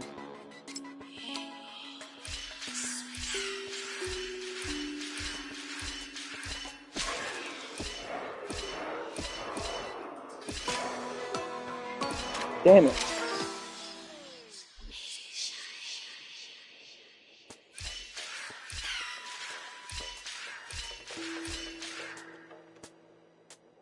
Because I have to count how many things to go.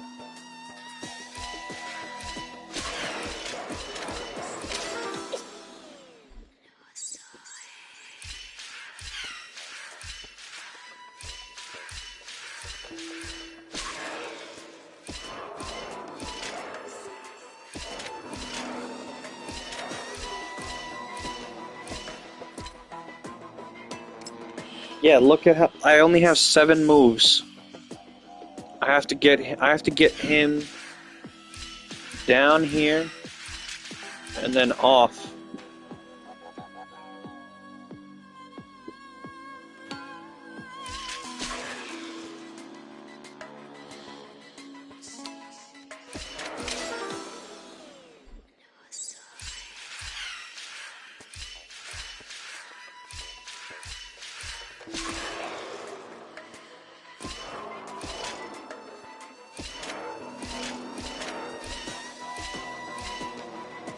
I have to get here when he's over here.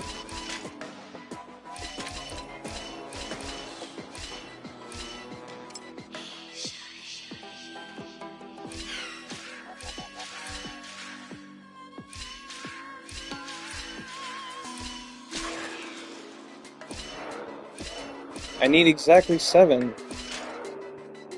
without dying.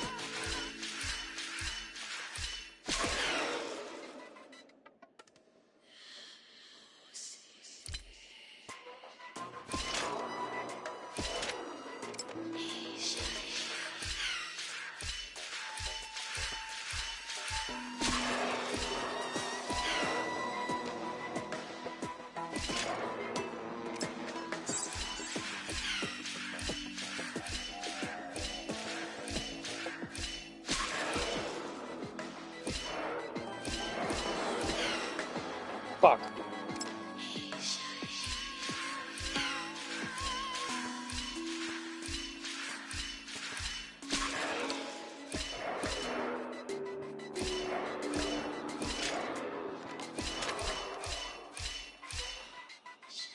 Nope.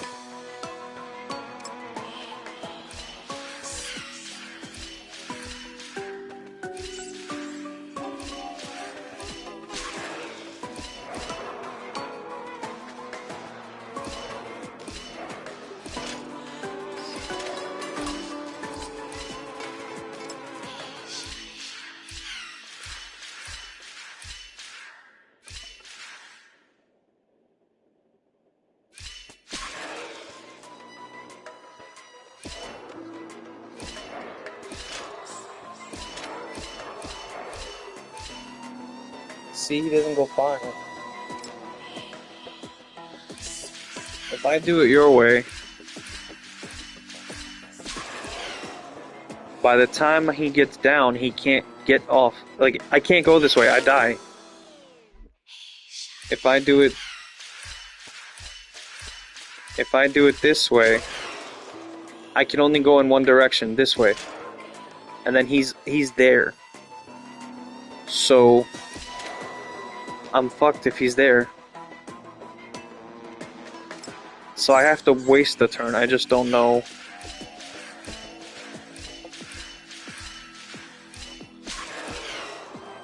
Okay. Yeah, see, I can't do that either.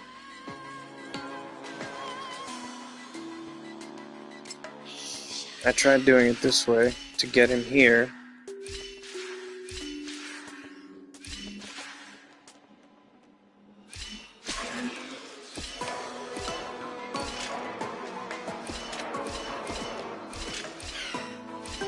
Okay.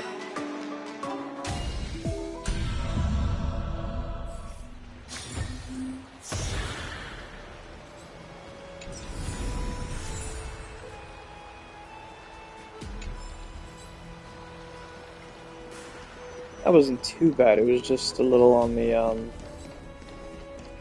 confusing side.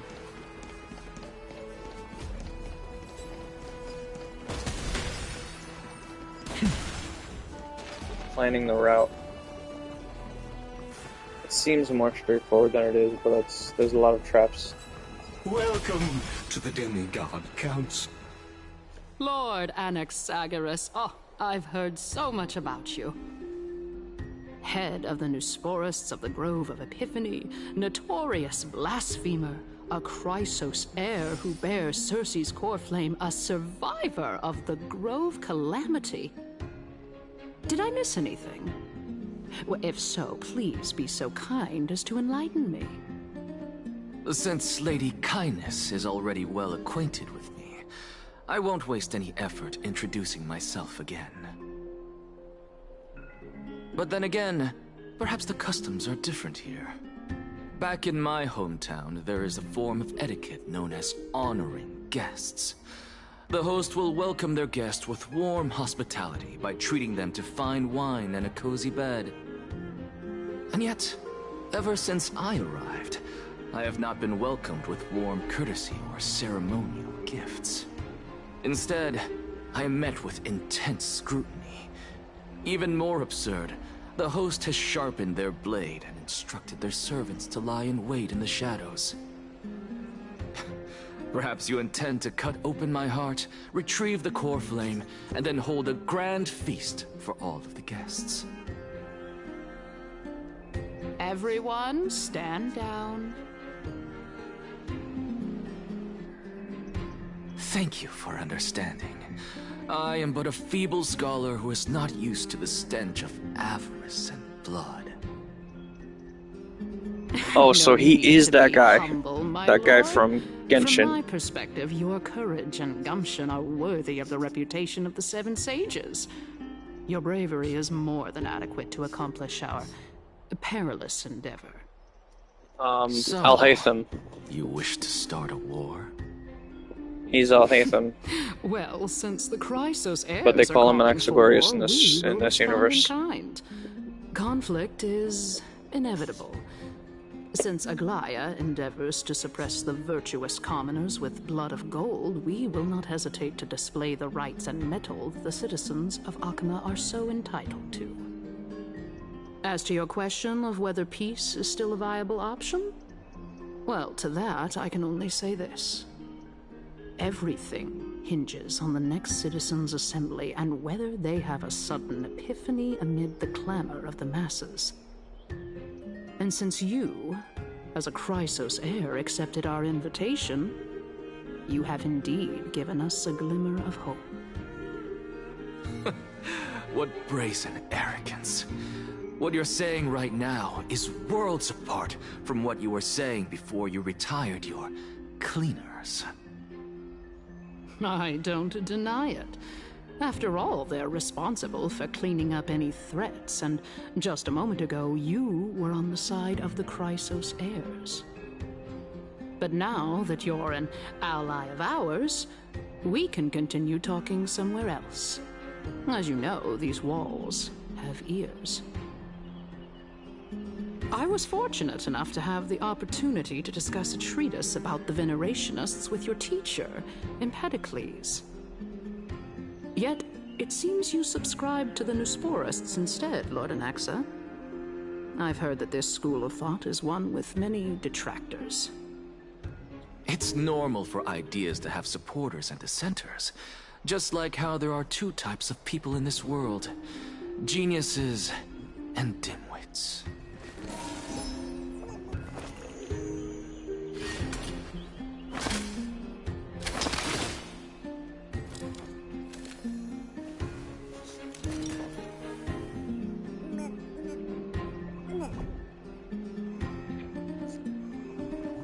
Sorry, I just sent something to Ark, and then you could check it out tomorrow.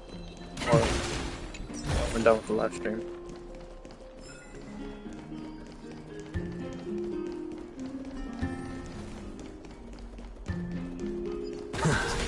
All this talking, little less, more. Where's the fighting? Watch this magic trick.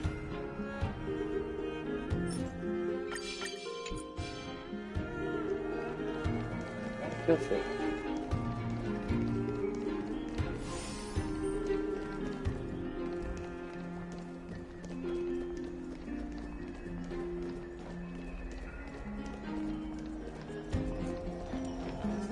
Welcome back to the hub of the Demigod Council, Lord Anaxagoras. Surely you remember that countless eloquent orators have stood in this spot before and emerged victorious by stoking public sentiment with their words. And yet there have also been innumerable blasphemous philosophers who set themselves up for failure because they refused to defend their actions. This tiny stage is the most profound embodiment of Akama in centuries. In 15 days, this site shall also become the most important, as well as the final turning point in Akama's history. May the both of us carry out our duties with honor and lead the masses back toward the Era Chrysia, a golden age with no death, strife, or trickery. Oh my, 15 days and nights.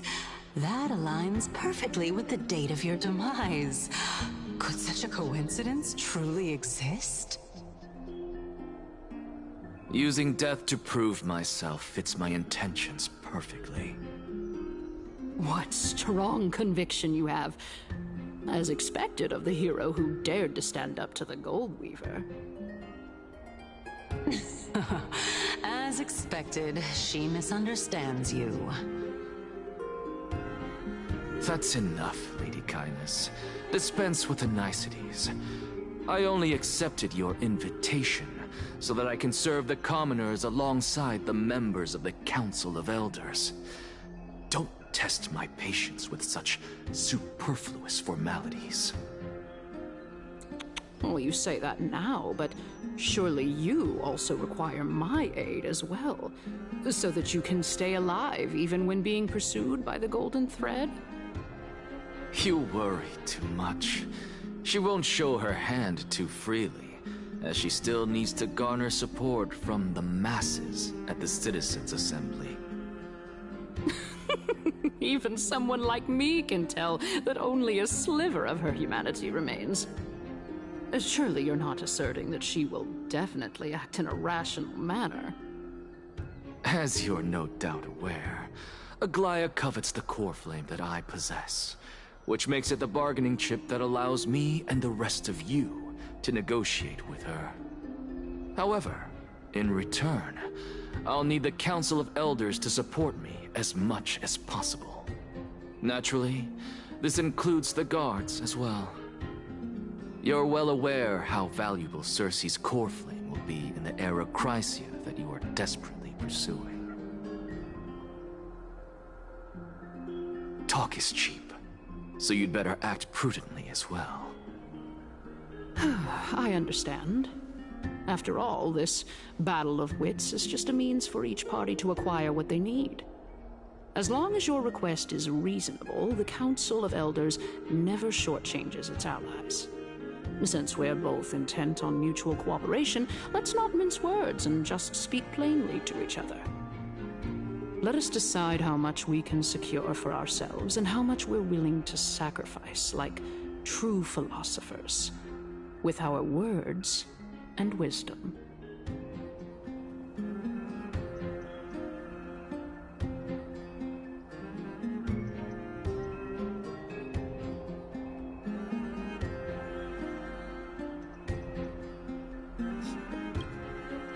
Continuing from the earlier topic, let us discuss our common enemy, Aglaya. She is the second most experienced Chrysos heir across the whole of Akama, who has gradually lost her humanity to the ravages of time and the ablation of the core flame. A formidable opponent indeed. Admittedly, there is ample reason for her to take your life. Yet your previous reasoning is quite sound. As a seasoned political animal, it's unclear whether she will actually cross that irreversible boundary. Moreover, she still needs you alive so that the Titan's trial can be completed. Is there anyone present who can swear by the sacred vow of Kefali and guarantee that you weren't in league with that woman? NPCs tend to be lower quality because they're just background characters, so you're not wrong. The wool over our eyes, like, and aid her in her savagery. There's like main characters are more detailed. If Aglaya required a suitably intelligent Chrysos heir, then I'm the best fit for her needs. They plan on selling him. They don't plan on selling her. It's quite evident that she has no need for a Chrysos heir who could break free of her control at any time. Since I believe in neither Titans nor the prophecy, there's no way that I would willingly walk on the path that she extols. Given how rigorously she enforces her principles, how would she ever accept a heretic such as me? I understand what you mean. At the very least, the both of us agree that this tyrant who wallows in extravagance and greed is the greatest threat to achieving peace in Akama. The Council of Elders is willing to defend your right to live, just as we defend every oppressed citizen. However, I regret to say that sentiments in favor of the Chrysos heirs and Aglaya are only growing in magnitude. The peace that we are aspiring toward, as well as everything that we hold dear, will be destroyed completely. The city will be burned to ashes, and the citizens' blood will be shed. Tell me, what are you willing to do for our esteemed citizens, so that they can vanquish the enemies of our fine city?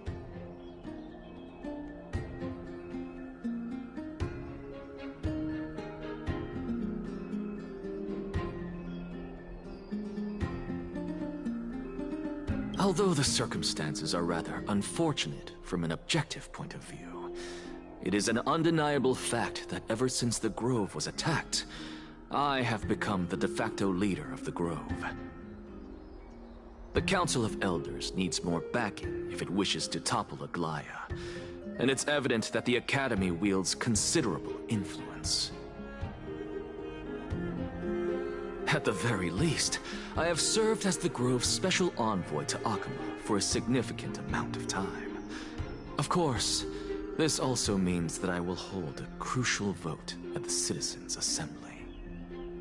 In the name of Kefali, Akama thanks you for your sincere and valuable thoughts. At this stage, it's clear that you and I understand the benefits to be won from this discussion. Let me put it plainly. The Council of Elders has always been renowned for its fairness, and that fairness is built on a foundation of sincerity.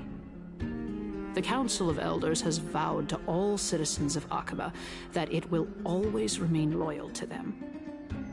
As for you, my lord, how will you guarantee that you will be able to live up to such earnestness and will not betray Akama's indomitable citizens when the opportunity presents itself?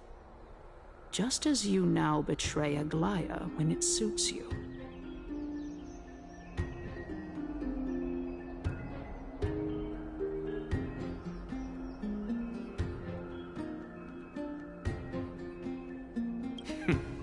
Surely you jest. My loyalty does Part of not I was never need on to her be side. Do you proven. not understand? The fact that the Council of Bitch. Elders is asking... I am incredibly honored to have witnessed the both of you bury the hatchet in a civilized manner. However, I am afraid that I must interrupt for a brief moment. As the Theoros, I have observed the following. Lady Aglaya, the Goldweaver, is currently on her way to Dawncloud. Oh. Well, I do believe that we might have a slight overabundance of guests today. Feeling dissatisfied, Lady Kindness? Despite the Council of Elders' lofty residence on Dawncloud, it must still tolerate the whims of the Chrysos heirs. So you were holding back just now. Seems like you are better at playing this game than I. In any case, I'm glad that she's arriving here. So tell me, Anaxagoras, now that you're an ally of mine, if Aglaya were to demand that I hand you over, what should I do? You can do as she says. Tell her that the Council of Elders merely wished to chat with me and had no intention of offending her. However, By doing so, the authority of the Council of Elders will be as thin as papyrus that has been soaked in blood. Not only can it be destroyed at the slightest touch, but the Council will also lose possession of a valuable core flame. No, more like 2 core flames. After all, at the next Citizens' Assembly, that young lady who is synonymous with death will also be standing on our side. Oh? How can you be sure of that? Is that of importance to you? All you need to know is that I have a plan. In my opinion, you should be more worried about the impending threat.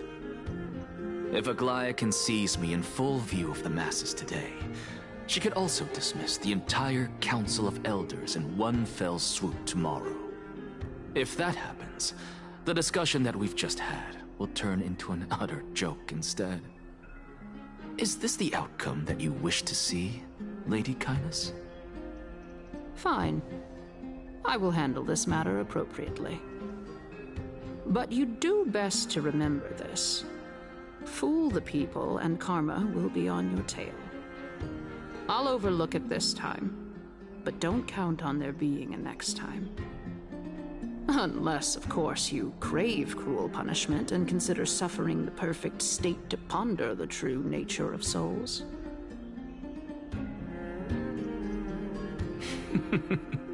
Well, what do you know? That happens to be one of my rare talents. We shall see, then.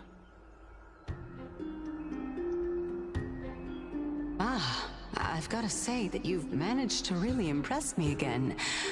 But shouldn't you be going after more? Dying to know what I'm after, hmm? I mean, I'm the reason Titan after all. It is in me to ask and seek answers. Easy there. You'll learn the answers soon enough. I didn't bring it up with her purely because she doesn't have the means to give me what I truly want. It's as they say, onlookers see most clearly. The true masters of Dawncloud have always been the Theoros, who watches over everything.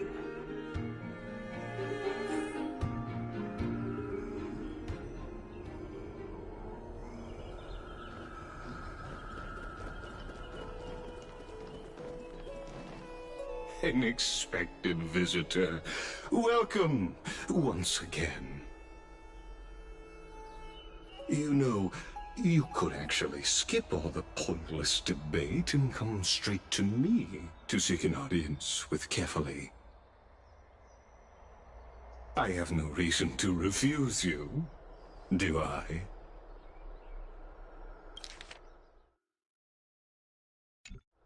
You may not, but Kindness has.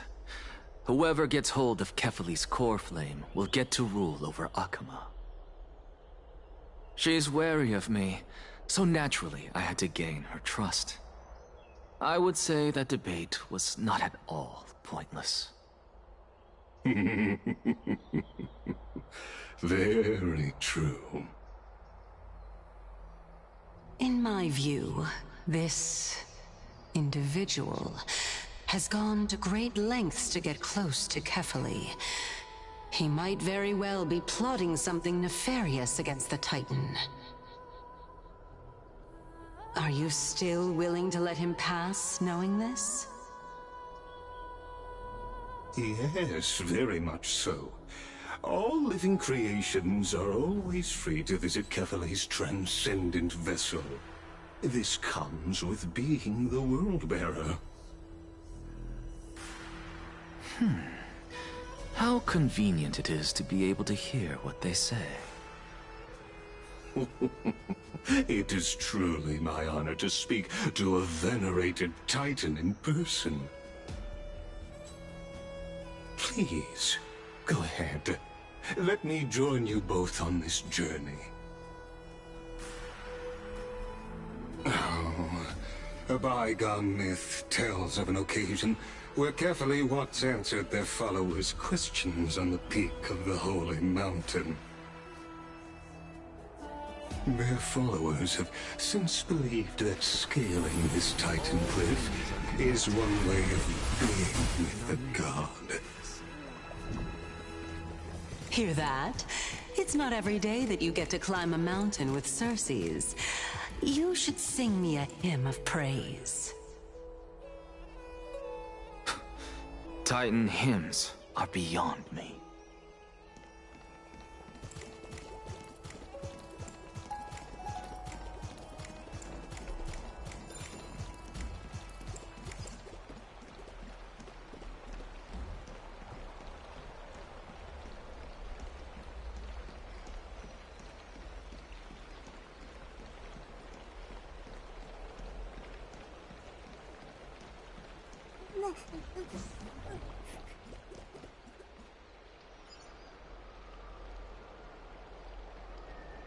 Why?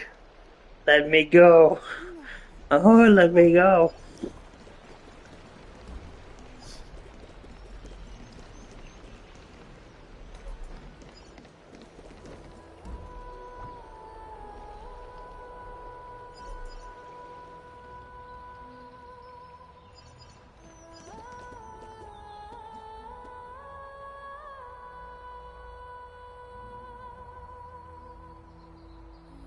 Sorry for technical difficulties here.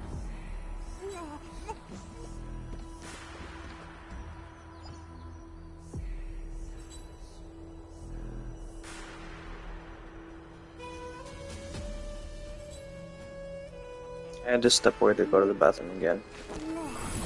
All things are connected by origin, and are made of the same essence.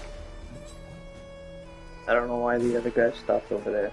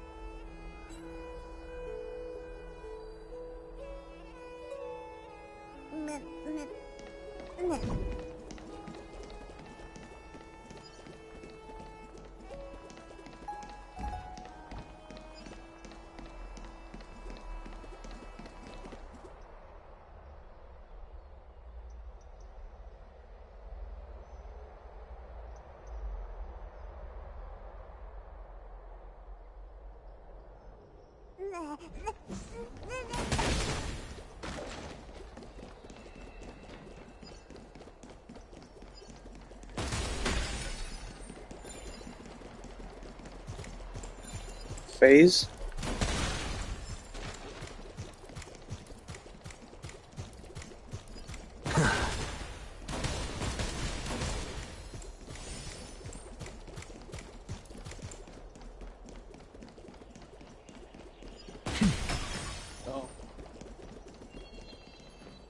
Go on ahead. Yeah, man. Take Seriously, this like, Iannis what is it? shortcut, 3 more days and the for long pilgrimage stairway 3 will more be days for waiting for you at its end. Claire Obscure. God damn it. I have to admit, That is such a hard name to I remember. never Like, expected you to not ask me anything. Claire Obscure Not Expedition even my 33. motive. Claire Obscure Expedition 33. Because Claire I Obscure know Expedition very 33. well what it is you are after.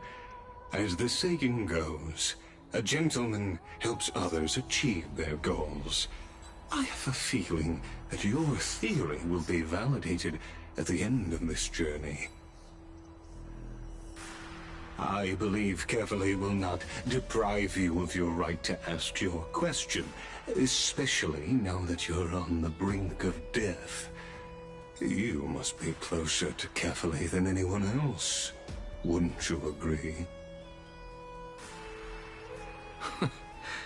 I hope things go as you say, then. Putting a child of justice into a farcical world is bound to turn it upside down. It is my hope that you bring a much-needed change to this world, which is on the brink of destruction.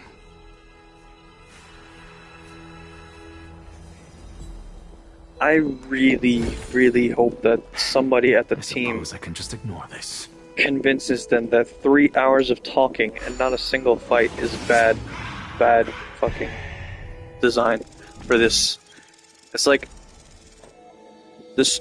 While the story may be good, you have to break it up. Like, you have to give us something to do. Honestly, this is my first time I'm just going gonna up to like Dawncloud's peak. zone out.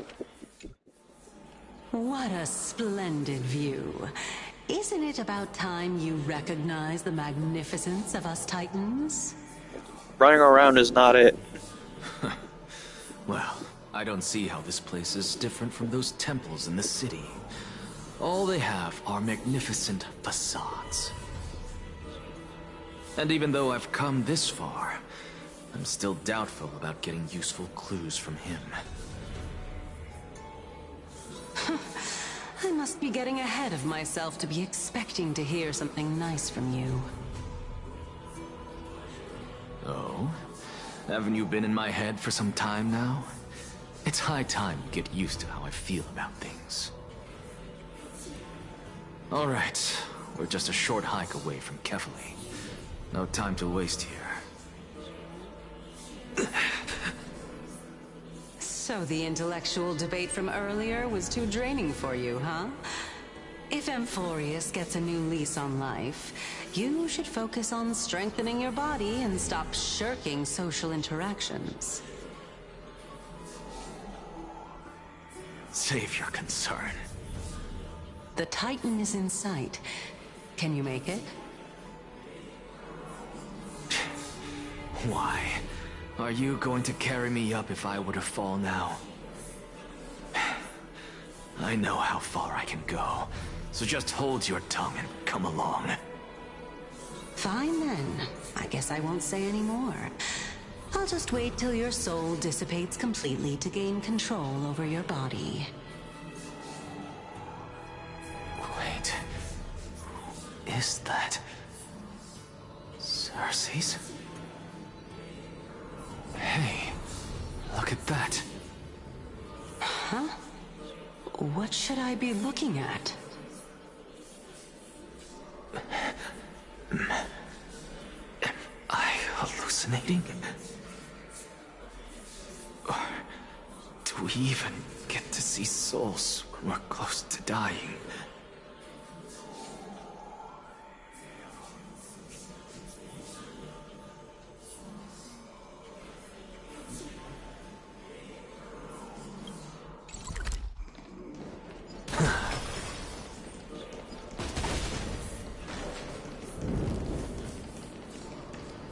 Oh? Why didn't you bring your favorite spear with you on this trip, Nias? Nias. I know I've heard this name somewhere. Huh. It's unfortunate. The Black Tide destroyed every last inch of my calyx. How could that be? Even a creation of Georios, from their prized ores and molten fire, couldn't escape the fate of destruction? Hey, Cersei's. Do you know a certain Nias? Nias? No, not that I remember. How did you even think up such a strange name? I just saw him. Nias. A warrior-like figure who was just chatting with you here. No, I have no such memory. Could you be hallucinating?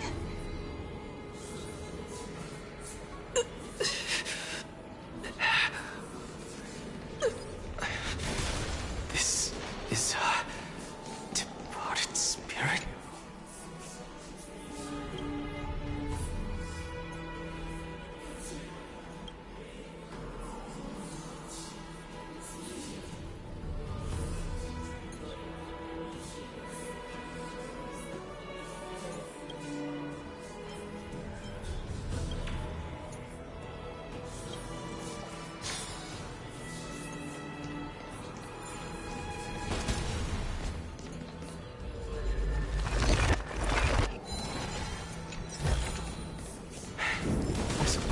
just ignore this.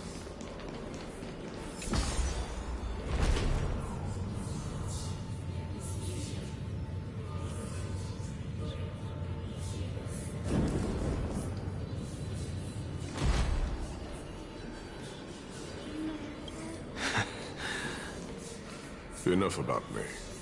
Did Kaus ever reply to you? Well, regrettably. Seems like the price of becoming a demigod is a lot heftier than we thought. Kaus. Demigod. I've never heard of this person. Which Titan's authority did he inherit? Look on the bright side, Nias.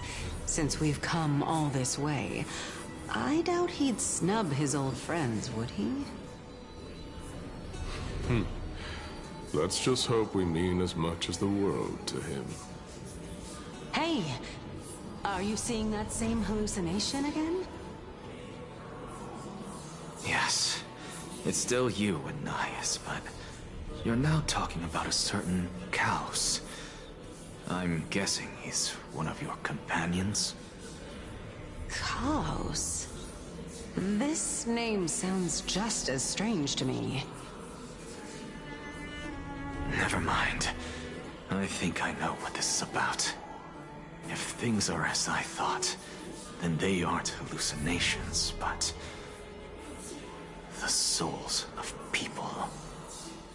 What? But if those are the souls of the dead, then what am I? Beats me. For all I know, you're just an illusion I conjured up in my dying moments. Let's just keep going. As long as I take in more sights and hear more stories.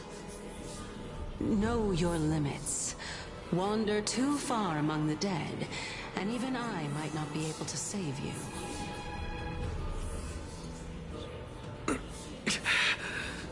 I'm fine.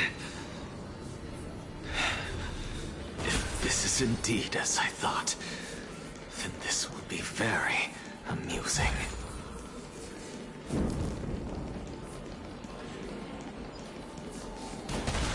So...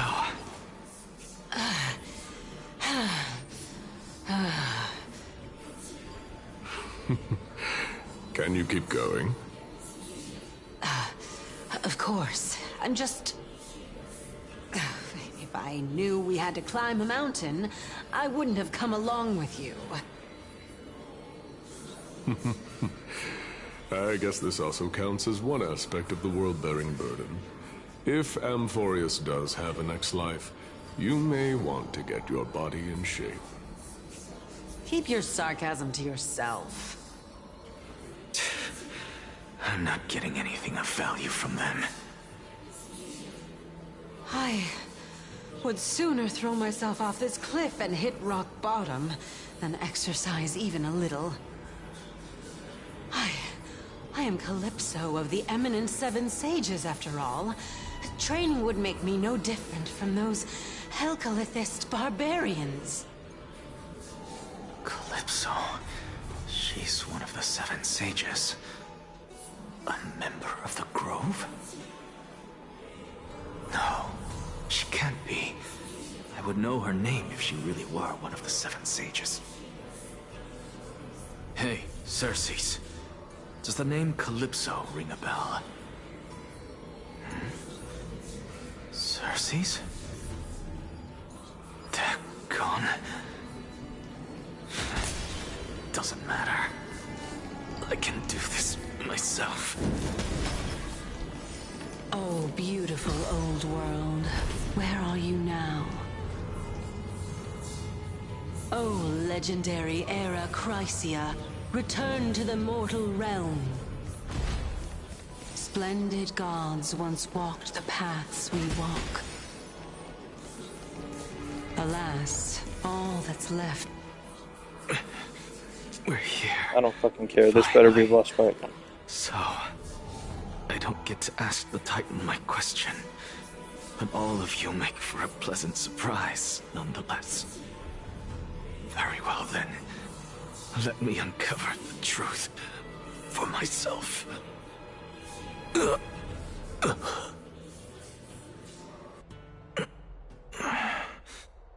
I still fail to make it in time? Huh? So, I'm back here again. This is... I can hear it. I hear it from the depths of the tides, behind the closed doors of the Void World. A voice ready to tell me something.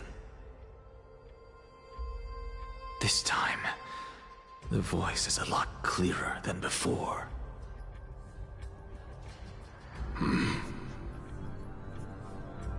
Since we've come this far, let's just wait.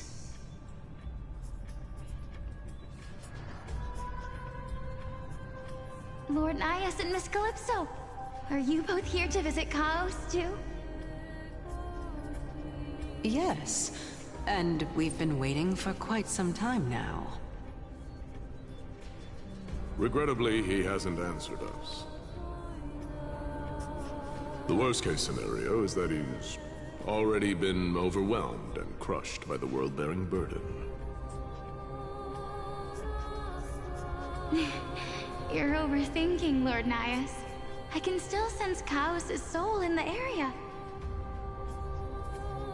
And besides, we both know Chaos' nature.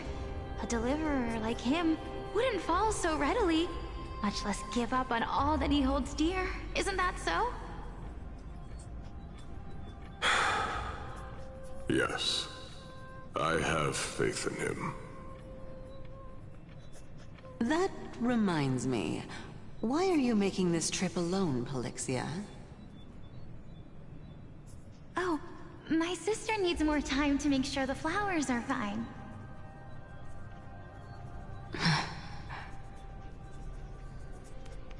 Such a pity. Both of you have hearts kinder than anyone else. Yet you are born only to take over Thanatos' divinity.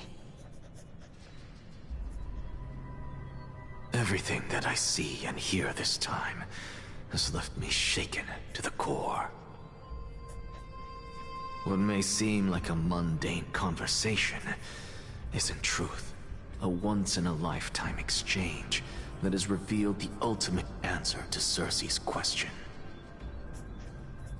The conjecture has taken shape and must now be solidified into a theorem. Next, I only need to seek verification from Kefali. By doing so, I can answer Circe's question and reclaim my body. But no, I will not do that. That isn't important. Because another one of my conjectures, one that I have always dreamed of proving, has been proved right this very instant.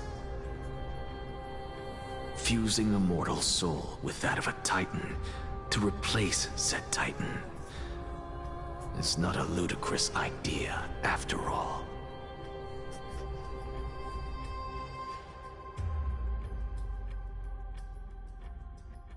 You fucking tease, What are you you fucking thinking bitch, about? man. Why?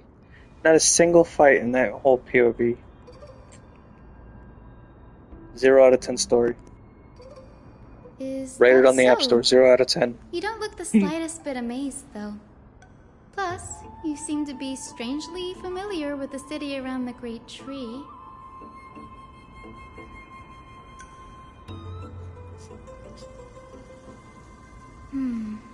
Events of the past, huh? I was also... Their leaves and branches reflected the sparkling stars. And their trunk was like a pillar that supported the sky and ground. I stood at this very spot back then, imagining the day when I could climb to the top of this tree. Because I would be the closest I can be to the sky at that spot.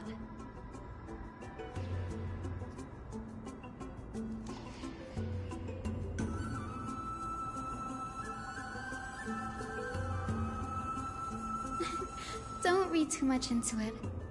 I mean, can mortals even hope to reach Aquila's realm? They're a strict and draconian god. Nothing like Circe's. Reason is willing to share what is theirs with others, but Sky only expects people to revere them. You get what I'm saying, right, Denny? After all, the titan that imprisoned you and Grey here in Amphoreus is none other than Aquila themselves.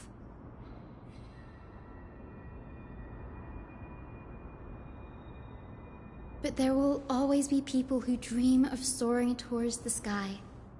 The Grove has a wealth of research on Aquila, and that is exactly what we are here for.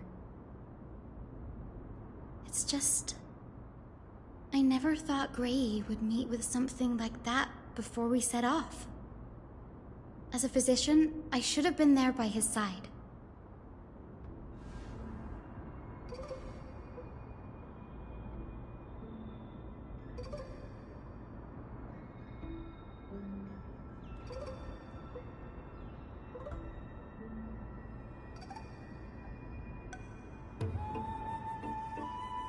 Yeah, there's no rest for the weary, huh? In any case, what we're looking for could be anywhere in this enormous grove. Let's split up to cover more ground. Danny, with your skills, I'm sure those monsters born of the Black Tide will pose no threat to you anyway.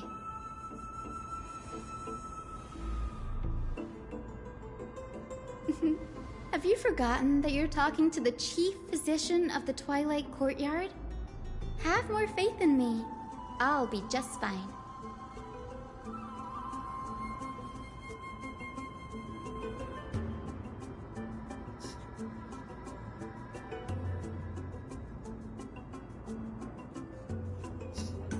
Damn it, I keep forgetting he has no voice.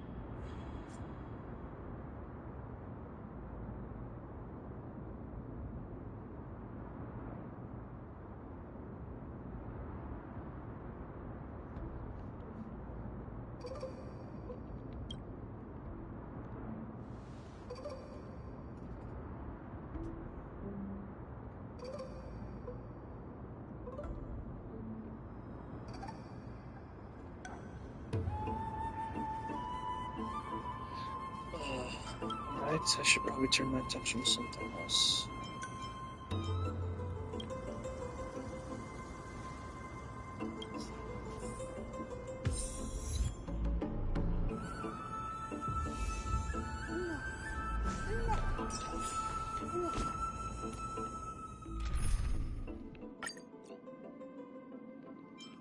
Lame, I don't even want to use him. Fuck that.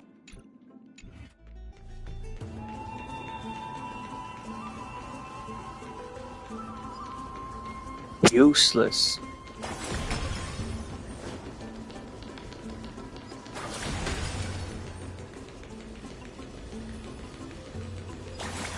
Although there's an account who calls himself I Love Downtown.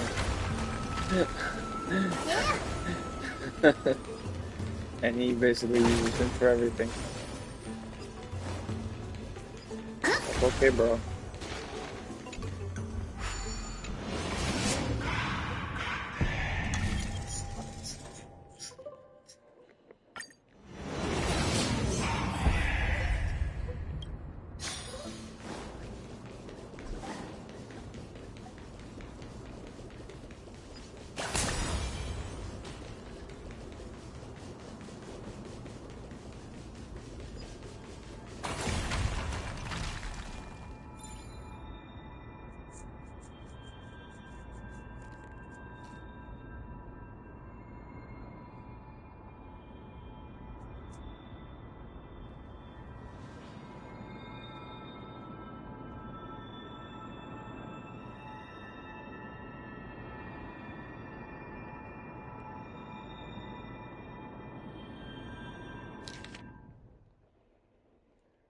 a recorded debate between the Venerationist and the New Sportist scholars.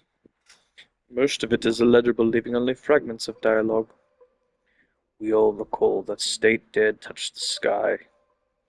But what were they really? Just blind masses manipulated by ambitious politicians who dared challenge the Titan's authority. A completely meaningless attempt, an absolute mistake. You Venerationists have bestowed to the Titans for so long. You've forgotten a scholar's true purpose. Making a mistake does not mean the act was meaningless. Even those students new to the Grove understand this from basic logic lessons. An entire city-state reduced to ashes proved the skyship's construction was a mistake. To me, that's precisely the meaning they achieved through sacrifice. Am I hearing this right? That statement, you converting to Venerationism? No, I'm simply stating the matter from another perspective. Legible content ends here.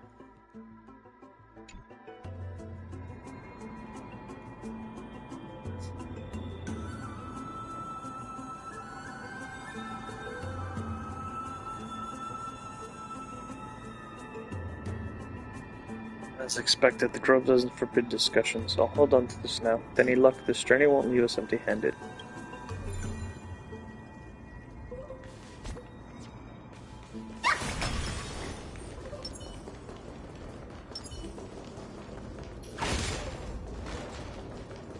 Yeah, he's one of the actors that's participating in this strike, and they haven't replaced him yet. Fuck, and there's enemies here? I'm officially done. I hate these devs. They're the fucking worst. They give you a fucking tease making you think you're gonna get a fight, and then you don't. There's no backing out now. For me or you. Who's the little backstabber?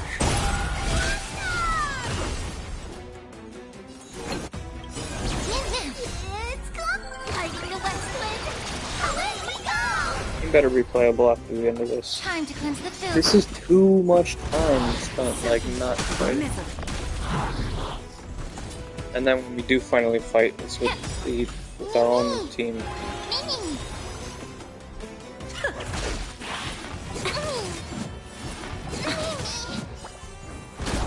Time for a lesson.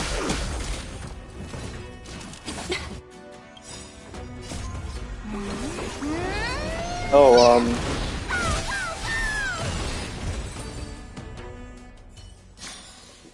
I'll keep your depends. Close to my heart. Are you into gooning? Because I could give you a recommendation for a good, a based goon game.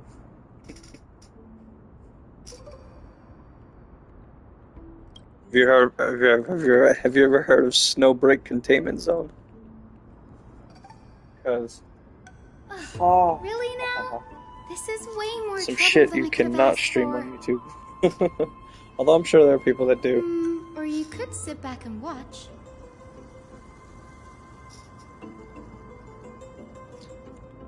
But yeah, they want you to open your wallet, so not.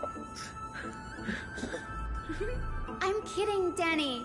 Lend me a hand, pretty Some please. of them do censor it though, even Alright, though now even though it's pretty tame. YouTube still likes to.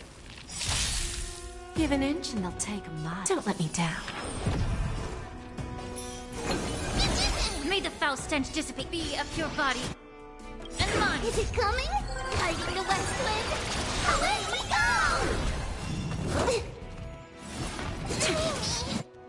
The truth burns cold. Everything in this world is bleeding. Bending the rules. For that game, I would recommend Listen, definitely having a strong will and not caving, because you could easily spend a lot of money. Immerse yourself in it. Time to cleanse the filth. Some very nice skins.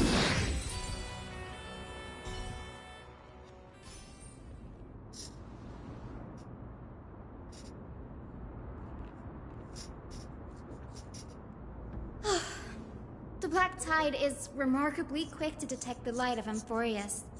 So or rather, the blessings of the Sky Priest in me, might have unknowingly called them to me. Anyway, never mind that for now. Here, you might want to have a look at this. I found it around here and thought it might be of interest to you.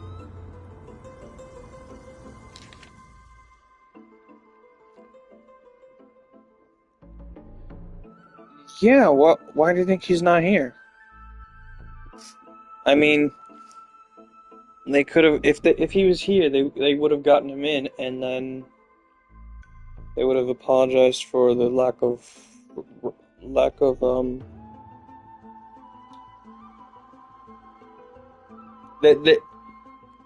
one, they should have replaced him by now. Two, he's not back yet.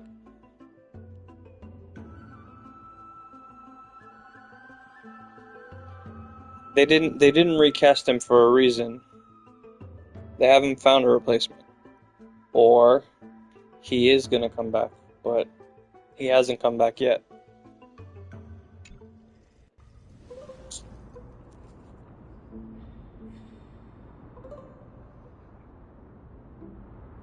This is new. I didn't know Professor Anaxa was researching this guy. Definitely not that long. Never mentioned I think anything it's, about it. well, I might be thinking of two different strikes. Might is an understatement.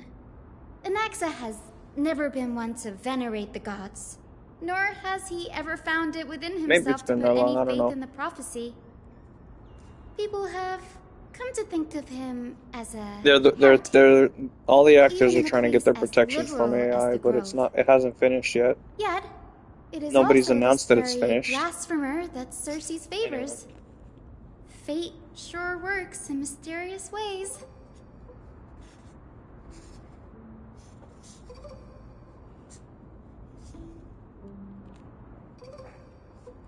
They're close Oh, to finish, but let me have a it's look. still going on.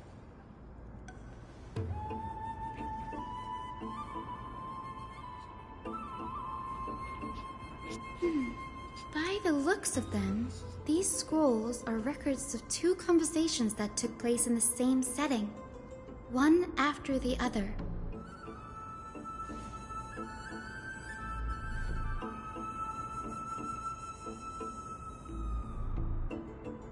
Sure, go ahead.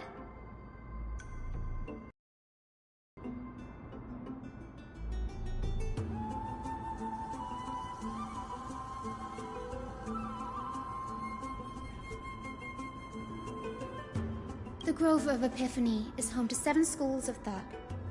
While all 7 schools are founded on the ideologies of Thalesis, the first scholar, each is unique in its own way. Among them, the Venerationists revere and worship the Titans the most. As the sage of the Venerationists, Euthyphro has always been at loggerheads with Anaxa. If we were to place the 7 sages on the scales of Talanton, Anaxa and Euthyphro would be placed on opposite sides to achieve balance.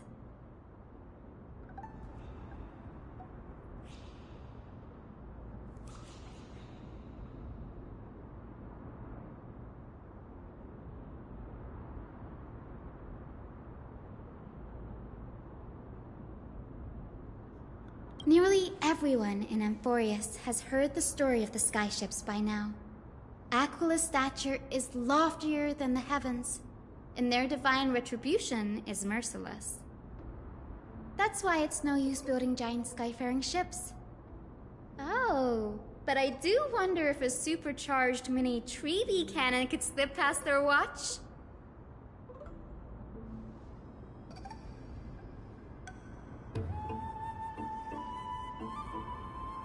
Newsporists primarily study the application of alchemy in soul repair. Everyone considers Anaxa a blasphemer, but that has never stopped him from sharing his ideas, no matter how taboo. If you must say that he's hiding something, then it's likely what lies beneath his eye patch.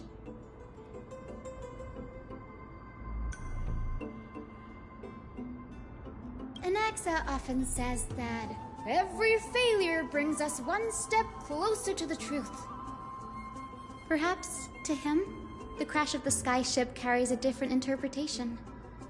The firmament is not impenetrable. On the contrary, it was precisely because the sky ship represented the first step toward breaking free from the shackles of the earth that it provoked the wrath of the Sky Titan and brought divine punishment upon itself. It's a shame that the majority of the Grove's research on Aquila was headed by the Venerationists, with sacrificial rituals making up a predominant part of their findings. Discourse about more esoteric subject matters in relation to Aquila dwindled even further after the skyship incident. So much so that even this scroll is completely new to me.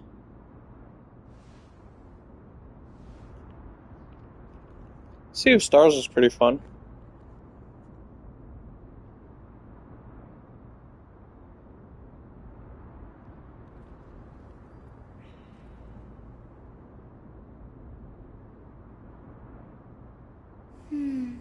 That's what I'd like to know. What are these experiments he's involved in? Even I, the assistant lecturer, know next to nothing about them. I have a bad feeling about this. Could there be more to what happened at the Grove?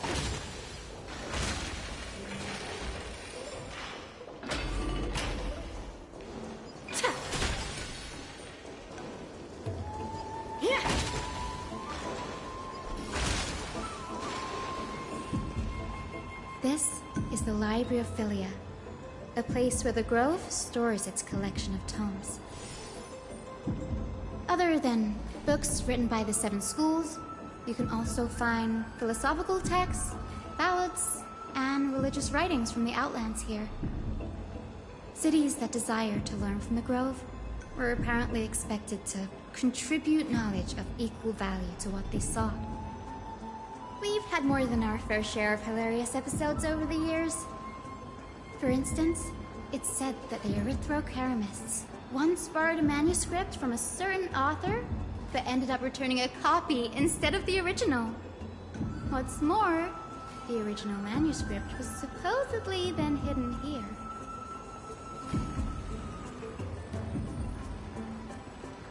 Nice? No need to hold yourself back, Danny. You can just tell it like it is. Their behavior was no different from bandits.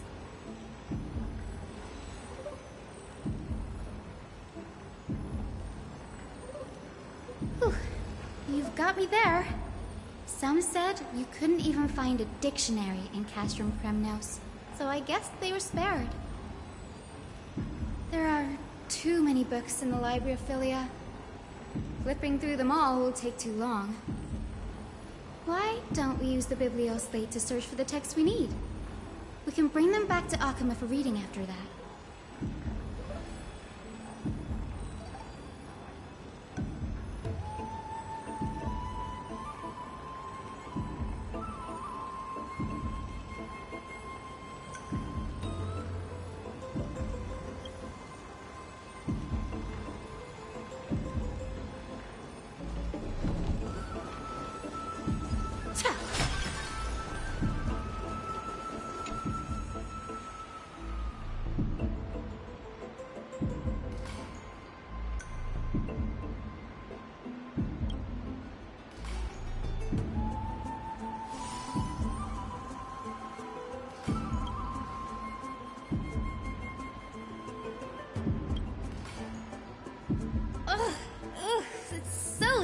In here.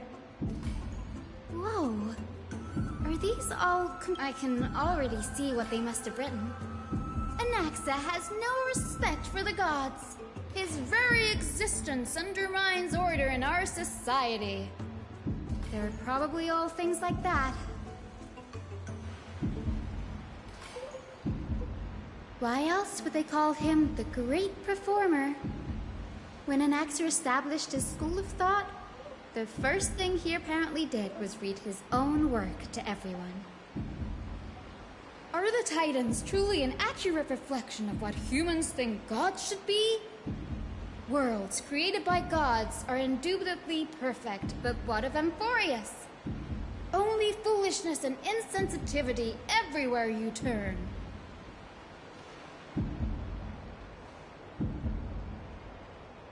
They marched him straight to the seat of judgment before he could finish. Though what he took on in the end was more of a debate than an actual trial. He had to address every one of the scholar's allegations, or face expulsion from the Grove. The first allegation was... Do you agree that since the Titans created the heavens and earth, so the mountains, rivers, and seas must likewise be their creations?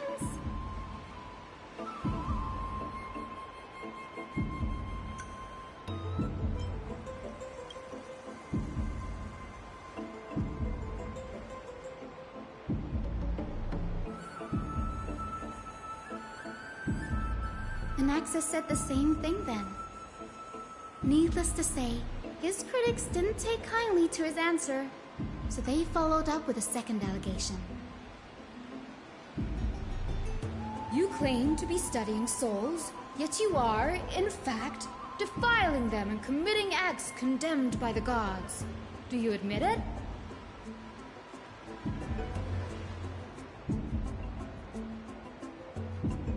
Anaxa always wears an eye patch, never removing it, even when alone. Some say he used one of his eyes as an alchemical ingredient. Every being in the world owes their safekeeping to Kifili, and this is even more so for the Chrysos heirs who have divine blood coursing through them.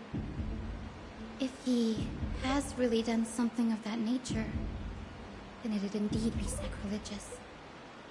Thankfully, they had no way to prove it, so it amounted to nothing more than an allegation in the end. One by one, Anaxa engaged in wars of words against those who would challenge him.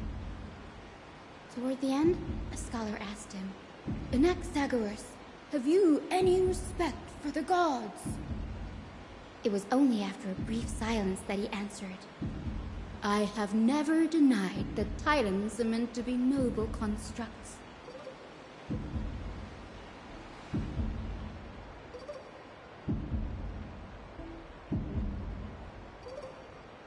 Yes, I'm not sure how that controversy was eventually resolved, but what's for certain at least is that Anaxa was allowed to stay in the Grove where he continued his research, despite being regarded as a heretic.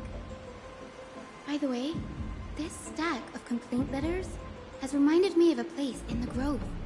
We may find clues there that aren't on the teleslate. I'm talking about Anaxa's alchemy lab, hidden between the cornerstones.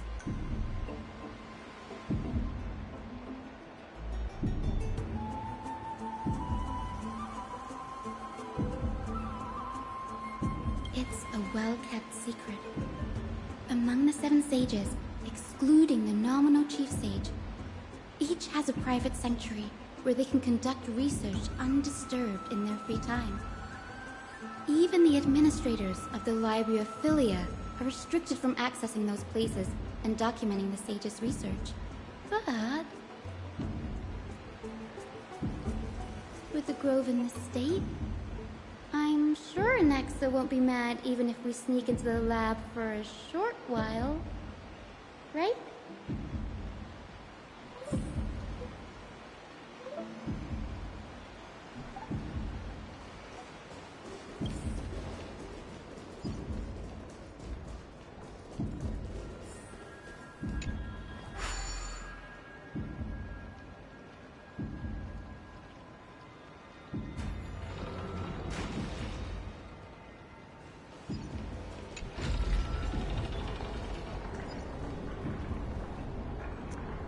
Thinking she's either gonna be a healer or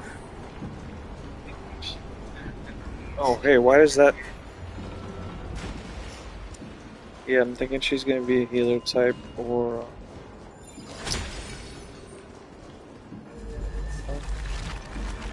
I meant to say abundance, but That's basically a healer in this game.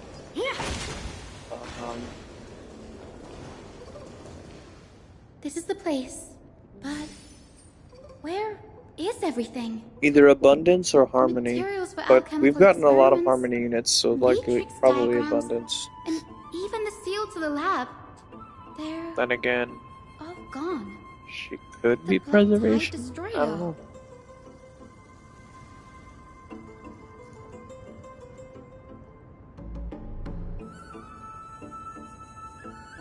No, not even close. Not only are alchemy experiments high-risk activities, but Professor Anaxa also has a penchant for using bizarre materials. Students often saw him walk in looking right as rain, but come out covered in soot with his hair singed. Naturally, no one dared to come near this place. Huh? That bookshelf over there seems to be the only thing still intact.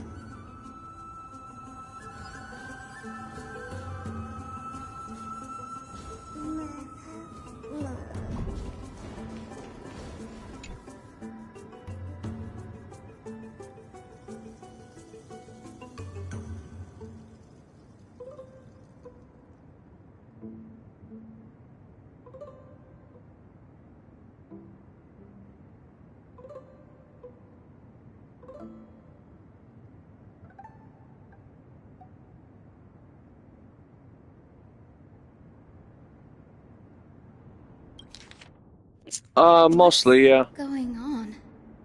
There's like very few things that I'll Research on our pitch in friends towards. Alchema and me?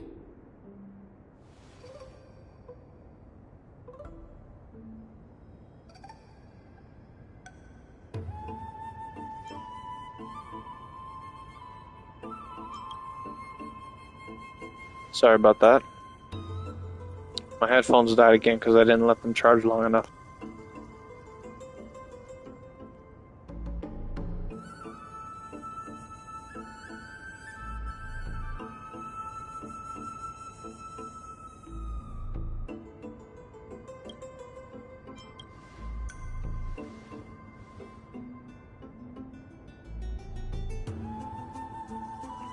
The one thing I prefer to only spend money on is like the skins here and there, because it's just usually like, I keep forgetting I'm listening to it. Danny, Character skins, because that adds some I have personalization. a bad feeling about this. But other than that, yeah, mostly free to play. My biggest fear. It's come true. Cause like, After going through his notes, I'm not I gonna. think I can piece it all together now. I don't have it like that I can wail. Alexa was carrying out experiments on And like buying the soul characters transmutation. too risky.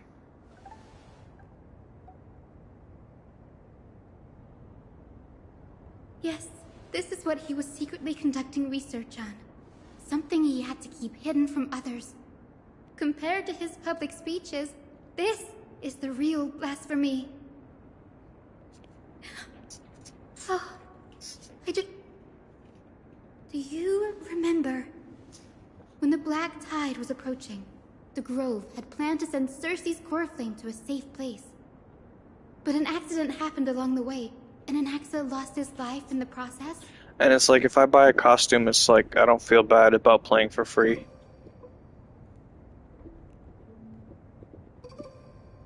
They just have to come up with good costumes that I'm willing to buy. Professor Anaxa's fusion with the core flame. That's why I can't really wasn't an accident. fully play Snowbreak, because they come up with too many costumes that I want to buy. Put yourself in his shoes. I'm like, knowing that the Black Tide some of these was costumes closing are in and amazing. your time was running out. What would you have done?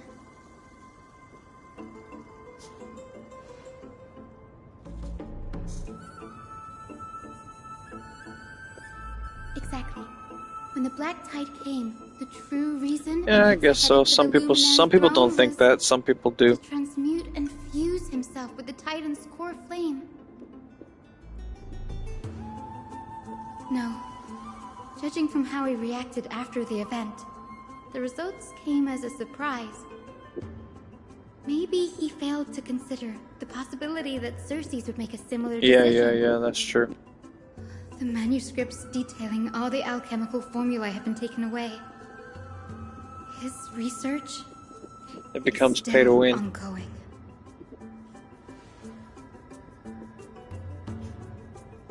Like, what? There's only one Titan left in the world now. No. No way. Yeah.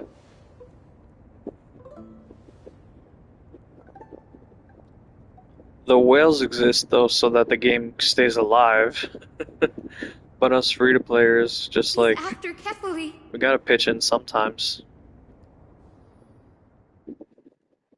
Sir, You can't let the whales do all the work.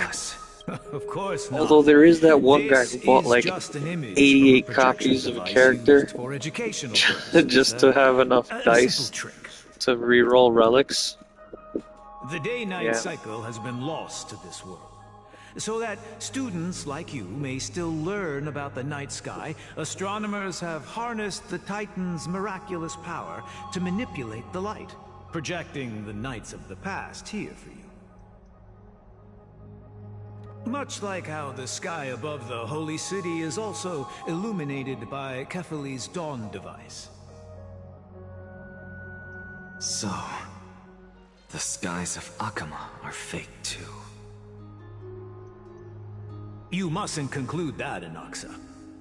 You should know that only a child would expose a trick and be proud of it. Often people know more than they let on. They simply choose to feign ignorance because they have no other choice. Then they're just deluding themselves.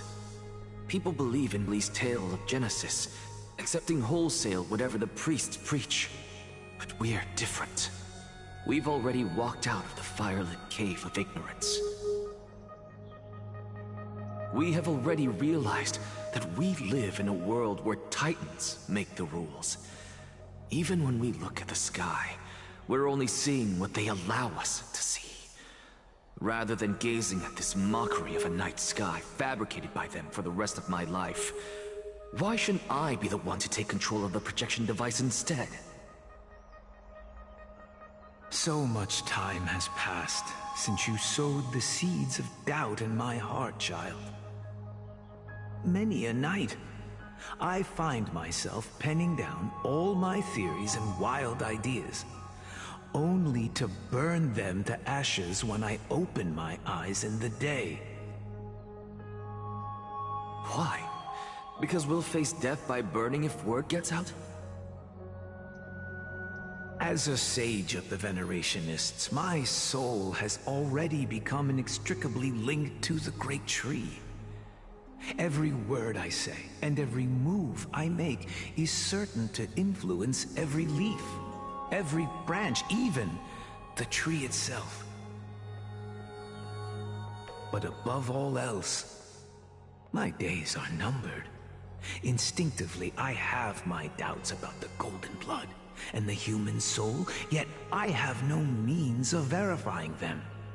The golden blood in my veins is woefully thin, and I am loath to waste what little time I have left obsessing over a hypothesis that cannot even be proven in the first place. But I can, sir. I can do it for us. The time is right. Give me all that I need, and I shall accomplish this grand feat on your behalf.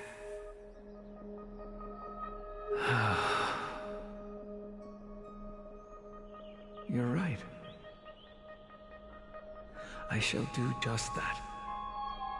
In the next meeting of the sages, I will spare no efforts fighting for the rights you deserve. Go. Establish your own school of thought. Find out what we are. Become the one who conquers the ultimate truths of the world. Child of humanity. You didn't go to such lengths for an audience with Kefali. Just ask him a few questions, did you? So, you figured it out. If I were as foolish as a Dromus, perhaps I'd throw myself down and prostrate before their greatness, begging for the gods' prophetic wisdom.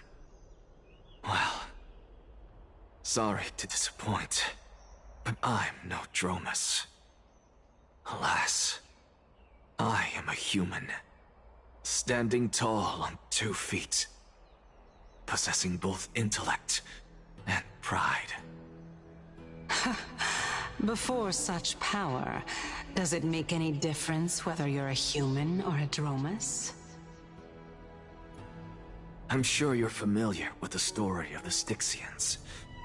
When the raging waves threatened to swallow them, they didn't just give up and become sitting ducks.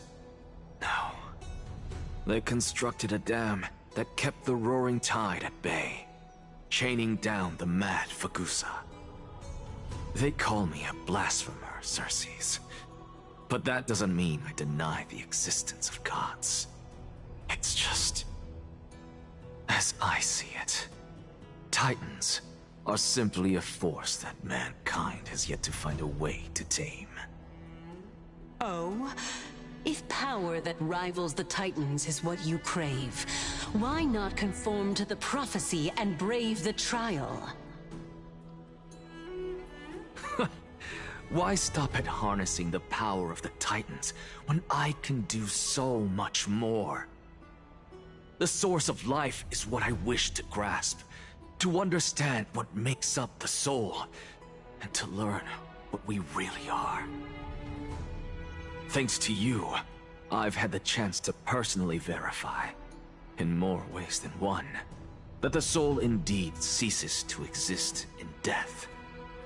But where there is death, there is life. And where there is an end, there must also be a beginning. How then is a soul born? That was the only unknown variable left in my calculations. And by the sound of it, you have already formed a conjecture. No, I have already drawn a conclusion. In my journey unto death just now, I finally saw the answer with my own eyes. Professor Anaxa, I'm here. His life hangs by a thread. I must ask you to refrain from taking any unnecessary steps. Of course. I'll bring this to a conclusive end, and give you the answer you so desire. However, in accordance with the principle of equivalent exchange, I must also demand from you what I need. As you wish. Don't you care to know what the price might be? It's a matter of uncovering the truth about the Death Titan and his survival.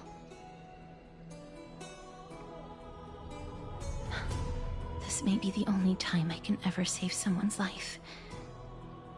There is no need for me to think twice. She might regret that. I see. In that case... Indulge me. Am I correct to say that you intend to prove Thanatos' whereabouts and prove the nature of our existence now? Before I begin, I must confess I had been stuck in a cognitive trap all this time. As unrelated as these two propositions may seem at first glance, they are in fact logical equivalents. They are merely two different ways of telling us about what the soul is at its core. The reason I say this is as I've mentioned earlier. The answer was hidden in my journey unto death. Anaxa, you were in the Netherrealm? Yes, I am but a living dead man now, but that's not important. What truly matters is, I overheard a conversation between heroes. That's not all. Remember how I said you were a part of that conversation too, Circes? And I've told you that I have no recollection of such an event. That was likely just an illusion conjured up by the mind of a dying man. Of course you would remember. Because that wasn't you. That was Calypso, one of the 7 sages of the Grove.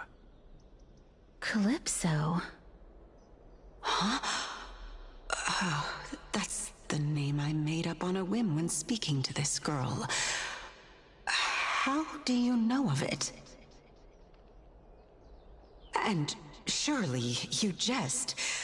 Don't you think I, of all people, would know if that were the name of one of the 7 sages under the shade of my tree? Don't you claim to know the Grove's past like the back of your hand? It seems you've lost even the memories seared into your soul. Use your head, Circes. Since all of this took place in the realm of the dead, it stands to reason their likenesses are of souls from the past. The living cannot step foot into that world, so who could they be? Think about Calypso. Why does she share your likeness, yet you have no idea who she is? The answer is evident, is it not? Those fallen heroes are the mortal incarnations of the Titans before their ascensions to godhood. The gods aren't master creators born out of thin air, and they are no different from humans, because they all evolved from one.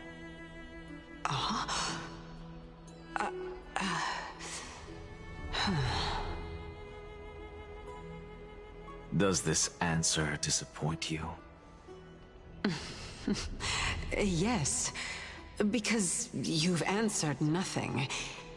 If I truly was once human, as you claim, then where do the children of humanity come from? Even on the off chance that you speak the truth, this brings us no closer to grasping Thanatos' whereabouts. How are we to find them? I knew you would say that. But it matters not. I know what I'm doing. Actually, why don't we have this supreme being standing before us tell us everything? You can revive a Titan? Humans cannot return from the dead. Neither can gods. But all we need to do is look at this from a different perspective, and the problem will resolve itself. The solution is simple. Just like what you did to me. If I'm reborn as Kefali, I can rebuild the world and all within it as they once did. Simple, is it not?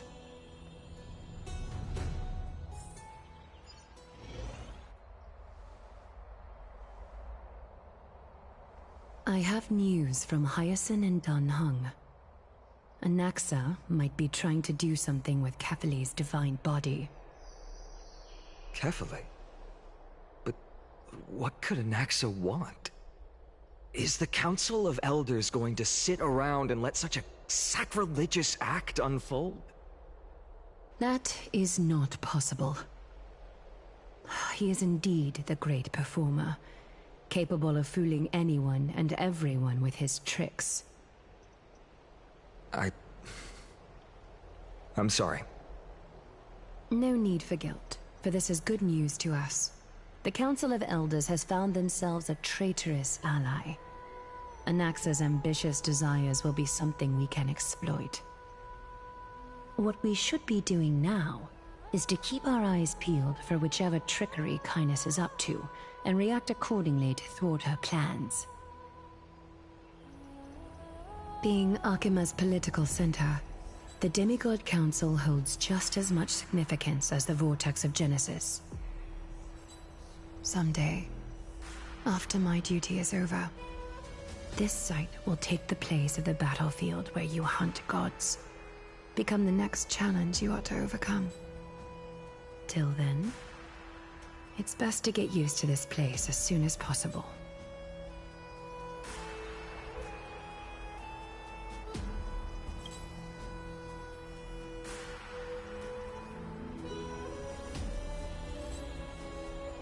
Preposterous!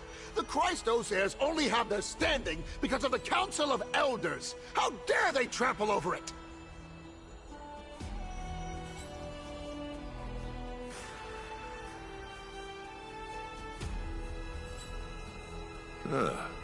It's been a while.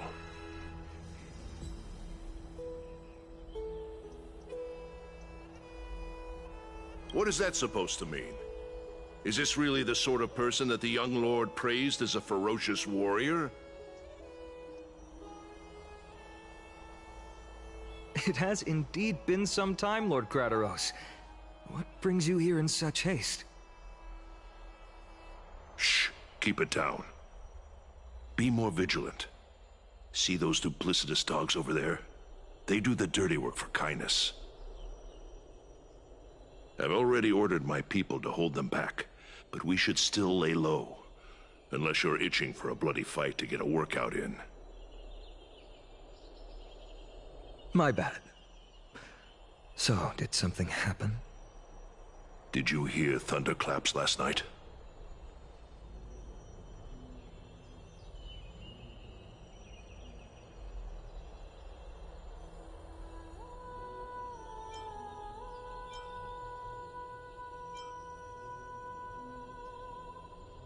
Thunderclaps are beacon signals of strife. They are a message from the young lord. He threw a spear bearing several words at Akama. Watch out. The Flame Reaver is back. I guessed as much. We didn't actually kill them back at the Kremnos Arena. I figured this is something you would want to know. We Kremnoans never back down from a fight. I think it's more so because I told a joke that he didn't understand. Reach out to me anytime. Oleg is a character from Belobog. You have and so my gratitude. we called him Oleg of Crateros, and he's like, let Oleg's Aglaya not know my about name. this but right away. He didn't say it directly. Remind her to be on her toes while you're at it. That vicious kindness has been unusually active lately. Those lackeys she keeps under cover have been going in and out of the city a lot more frequently these days. Some even seem to be getting Kremnoans to defect to the council.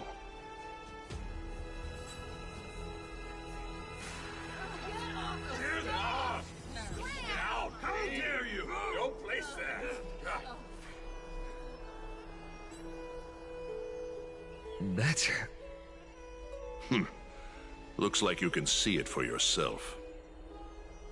We should get back.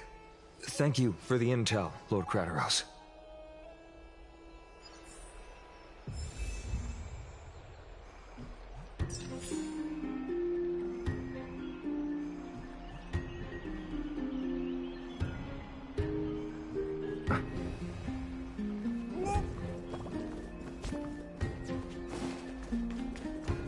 By Catherly into Lantern above, as the Theoros I have observed. Aglaya, what happened here?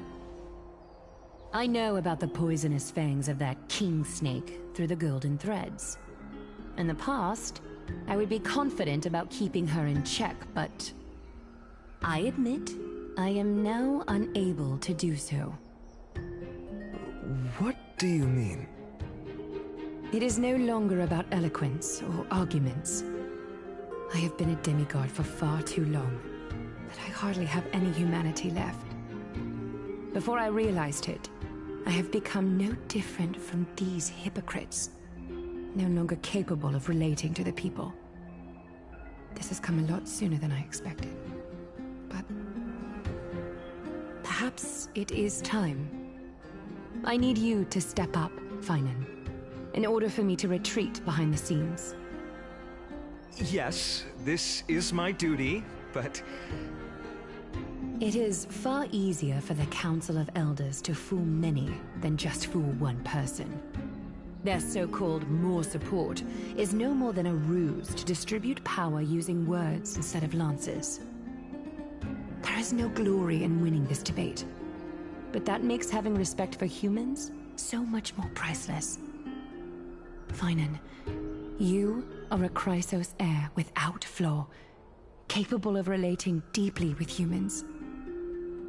I appreciate what you've taught me, Aglaya. I hope we'll live up to your expectations and win this debate.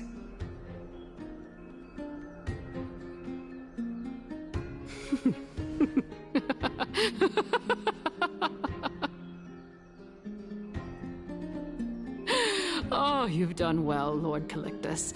Let me take over and personally close this debate for today.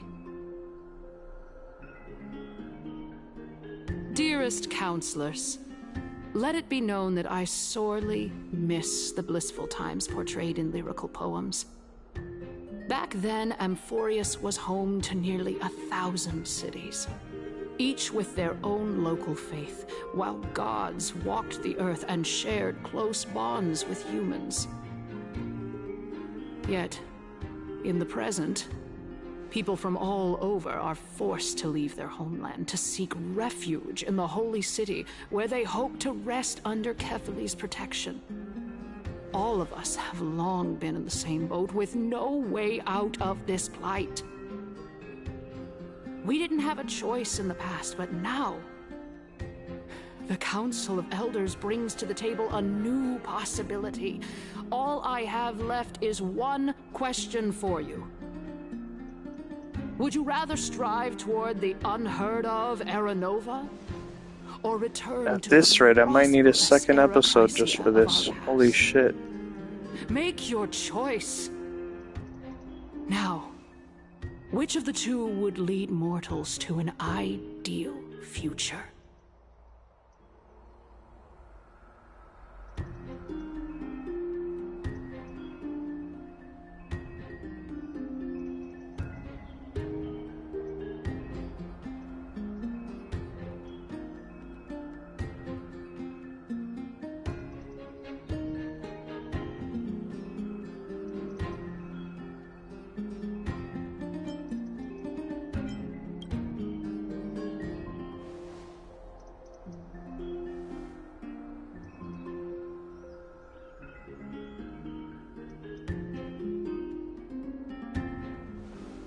We all know that Era Chrysia is a thing of the past, Lady Kainis.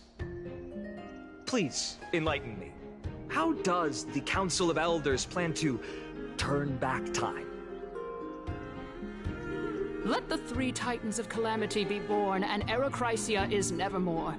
But bring demise to those Titans, and Era Chrysia will descend upon us again.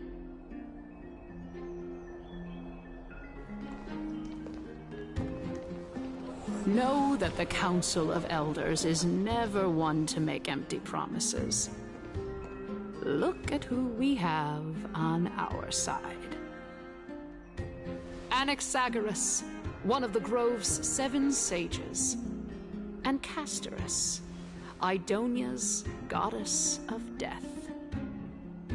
With the help of these two heroes, I can promise all of you that Era Chrysia will exist once more. Aren't they Chrysos heirs? They're supporting the Council of Elders instead? It's clear from the start that these heroes do not get along well in their group. All the more proof that Aglaya isn't fit to speak on behalf of every Chrysos heir. I am in favor of Era Chrysia. Era Chrysia! Era Chrysia! Era Chrysia! Era Chrysia! Era Chrysia! Era Chrysia!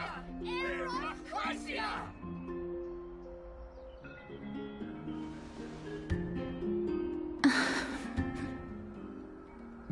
Castorus? Why are you standing over there? You finally arrived, Naxa. So have you, Cass. Don't worry, Aglaya. Well, I know that you have many queries. Could you continue to converse like how the citizens normally do? Tell me, dear citizens, if we successfully retreat and return Thanatos' core flame without anyone passing the Death Titan's trial, what would happen next? The answer is simple. We will have a chance to rid the world of death and bring Amphoreus back to an era when all beings live forever. We'll usher in a new future that will be entirely different from the flame chase journey. He's one of the 7 sages. That's impossible. I really don't believe this. Your proposal is much too idealistic. As long as the Black Tide still exists, how can we go back to the old days? Remember what I previously said? Kefali's core flame is guarded by the secret power of the Council of Elders. Plus, Pagusa's water curtain will be able to block out any external perceptions. Tell me, dear citizens, have any of you ever seen even a glimpse of the threat that this person is talking about anywhere within the walls of this majestic holy city?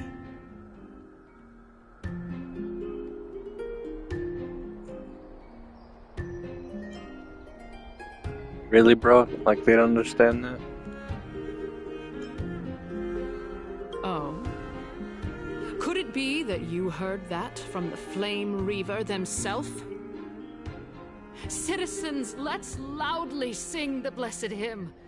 Oh, beautiful old world, where are you now? Oh, legendary Erachrysia, return to the mortal realm. After the destruction of the 3 Titans of Calamity, the Flame Chase journey will have to end. Erachrysia! Yes! Yes! It has to end! It has to end! It has to end! It has to end! This is bad. The masses are now totally riled up. Anaxa, pray tell. Everything that you've mentioned hinges on the premise that we can find Thanatos' existence, right? Thank you, Lady Aglaya, for still caring about this city. However, dear citizens, we are truly fortunate and blessed. For Castorus, Idonia's goddess of death, will surely find Thanatos under my guidance. What? With that, I solemnly promise that the core flame Lady Castorus brings back will be personally managed by the Council of Elders. Thereafter, if we are able to garner the support of all of you at the Citizens' Assembly, we shall spare no effort in ensuring that the Erachrysia will return to our world once again.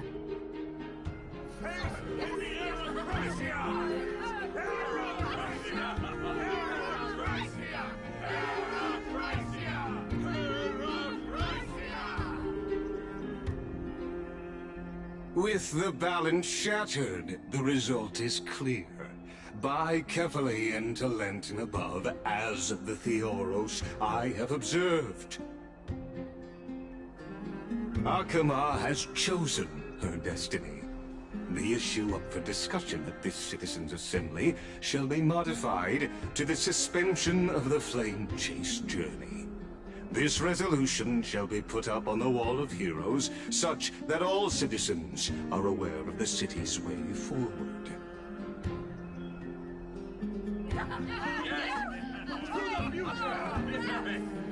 Yes, like this. Fantastic. Yes. Aglaya, dear Aglaya, what has caused your heart to soften? You also don't seem to be as quick-witted as before. Wag your tongue as much as you like. Since the Flame Chase journey has been preordained by the prophecy, our failure has never been on the cards. Well then, I guess we'll find out if that's true at the Citizens' Assembly.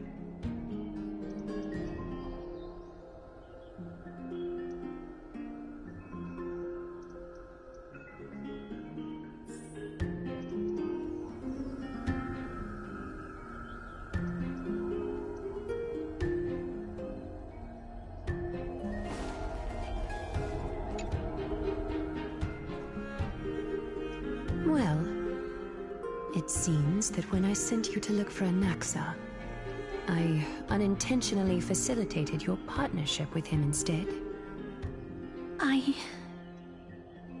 My apologies, everyone.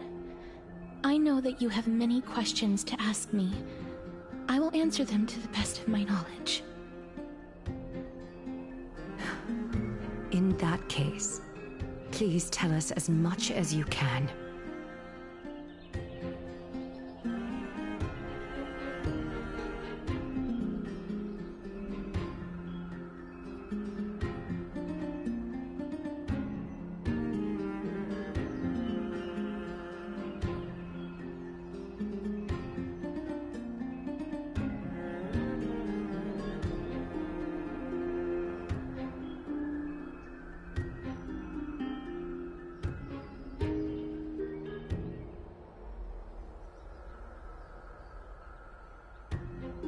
In actuality, he showed me a past that was both long and heavy. The reason I say this is as I've mentioned earlier. The answer was hidden in my journey unto death. Anaxa, you were in the Netherrealm? Yes, I am but a living dead man now. But that's not important. What truly matters is, I overheard a conversation between heroes.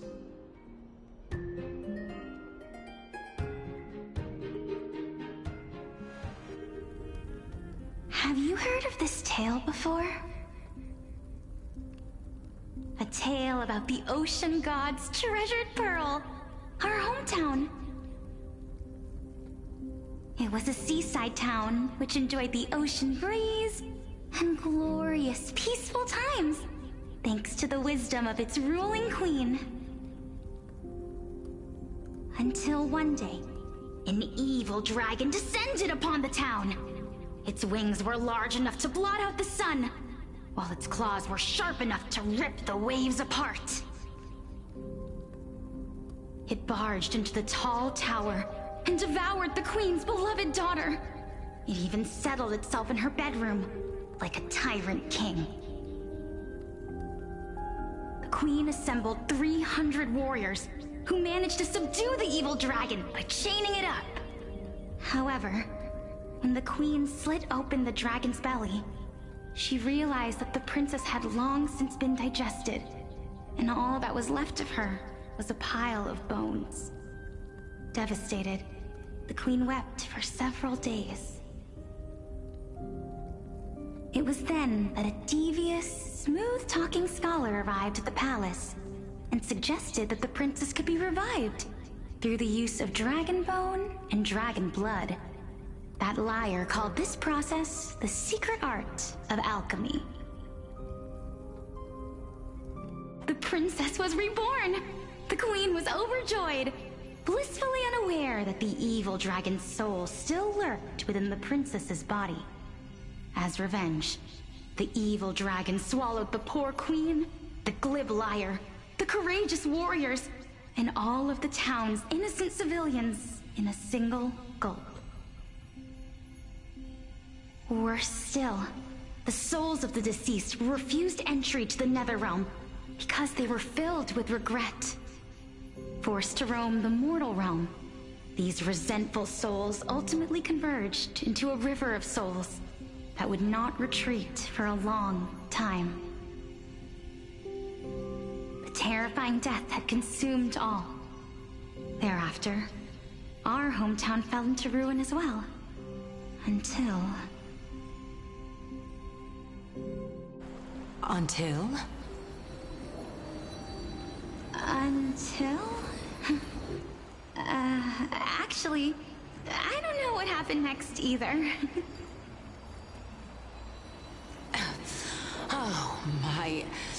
It seems that you still like to whet people's So appetites they are even an after inclusive all city. this time, Pelixia. They do have wheelchairs.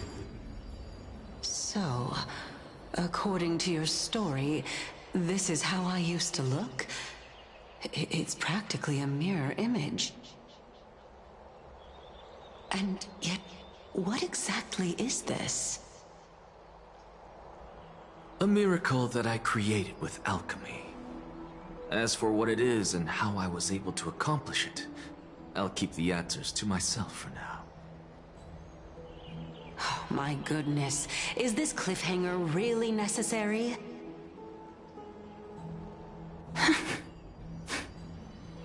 Quiet, Titan.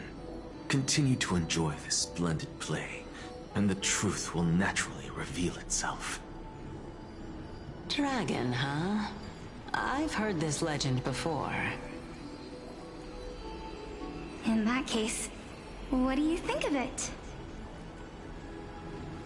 I think that this so-called alchemy was a tenuous analogy added to the story by future generations. After all, you've never heard of a tradition of alchemy in your hometown before, have you? Indeed. Before I left home to pursue my education, I never even knew that anybody was looking into this area of study. Therefore, we can just treat this tale as a fable told to young children. A fable, you say? If so, what moral is it trying to impart to the kids? I guess it might be the concept of equivalent exchange? Oh? I thought the moral might be closer to something like honor the dead. Huh. What? At a loss for words? No, I merely realized that we're both thinking of the same principle. If life is priceless, then there is hardly anything else in this world that is of equal weight to it, right? Indeed. As expected of the wisest scholar in the land. You flatter me. Why don't I ask you a question as well, as a form of equivalent exchange? Of course. What is your question? If I imparted my knowledge of the art of alchemy to you, would you use it to resurrect? What? What kind of strange question is this? I got it. You're just trying to get me to tell you whether I like anyone, right? Let's just leave it at that. That was rude of me. Yes, I would. Oh? Death is inevitable. In the days to come, I'm certain that someone whom I cherish deeply will leave me for good. If such a mighty power really existed, I think I would use it without hesitation. After all, you, me, and the rest will all have to face that fateful moment eventually.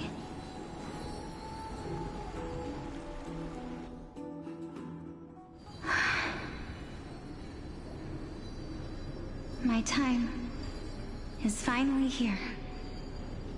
However, perhaps because of my firm belief the immeasurable value of life.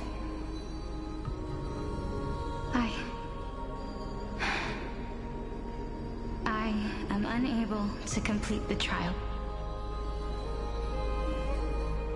You shall wither, and through that, the dead will sprout again from the remains, and be reborn with the dead flame.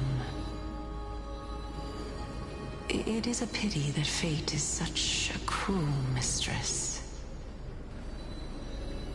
Is there no other way of interpreting those words? I'm afraid that the meaning is clear. Between my sister and me, one must pay the price. Our trial can only be completed when the one chosen sacrifices her life.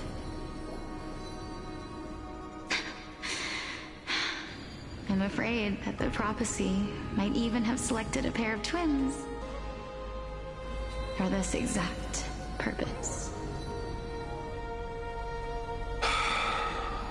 Fortune makes fools of us all. My sister is prepared to sacrifice herself. And yet, I can't do the same. How absurd. My time is almost up, but I'm still afraid to welcome death. What should we do? If I'm ultimately not able to make up my mind... Since Chaos is willing to guide all of us and leave this trial to the end, there is still plenty of time for you to ponder. That's right. Don't allow the fog of an uncertain future. Is it just me or the way they pronounce chaos? Kind of stupid. Trial, prophecy, the topics that they're discussing seem familiar. But these three people must not have left their names in the epics. Otherwise, I would have some recollection of this. Amphoreus' history before the Titans were born was complete chaos. Is that not strange by itself? I have long held three hypotheses about this. However, let's continue watching for now. Calypso, Polixia, and this warrior. I seem to have met him somewhere before. Regarding this matter, Nias, are you confident that you'll complete your trial? Of course. Though, I am worried about what will happen once I've emerged victorious.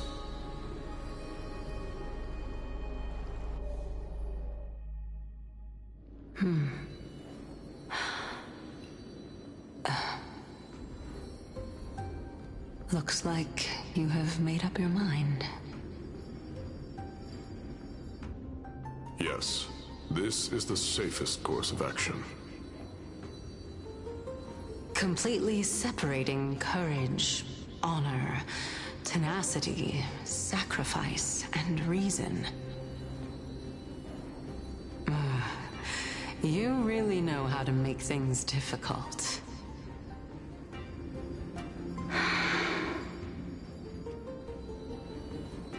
Please, young lady, witness my fall and demise.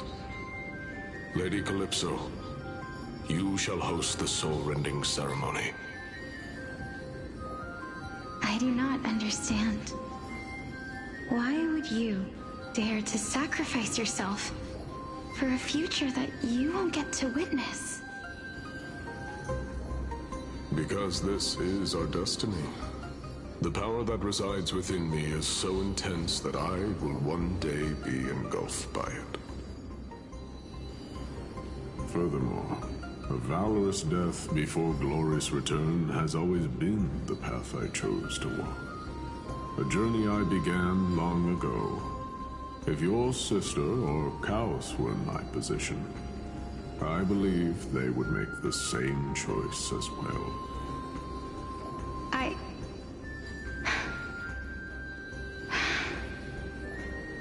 I'm not that brave. I don't know how I'm supposed to face such a serious affair.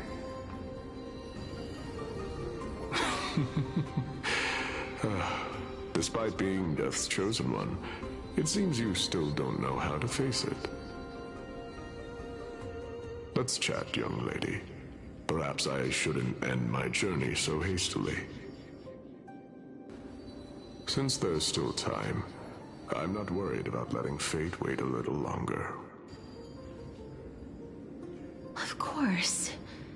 This warrior is Lord Anaias. As the embodiment of Nikador's divinity, he entrusted his life to us and allowed humankind to end his madness. That means that what I'm currently seeing before my eyes is, in fact... Looks like one hypothesis of mine has already been proven true. These heroes are the true forms of the Titans, before they attained their divinity. If so, the chosen one of death that he speaks of is actually... Polixia? Is the previous form of Thanatos? But her appearance... If this is true, as long as we can find out where she went, we'll naturally be able to figure out the location of the Death Titan. Why do you even need to guess if she's right next to you? But before that, we first need to witness what ultimately happened to Lord Anaias.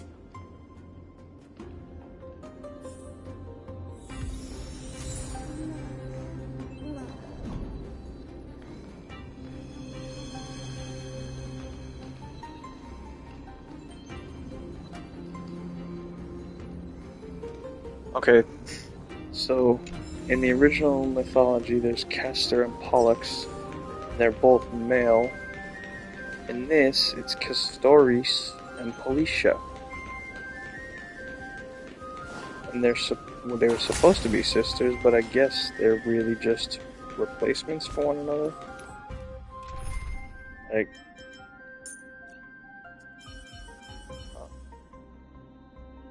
Lady Treby, please stay Get close. to test out her, but not him.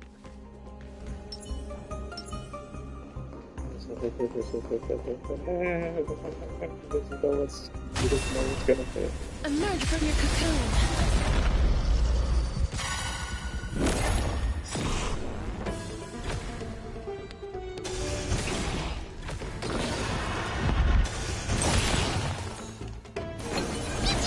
May the foul stench dissipate quickly. Time to cleanse the filth. Please cherish this time. Darkness with me.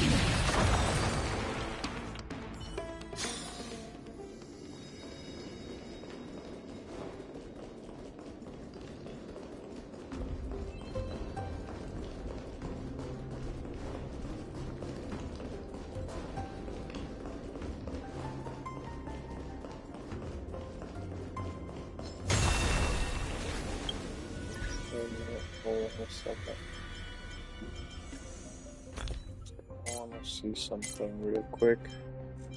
Where's the energy? There we go. Continue. Emerge from your cocoon.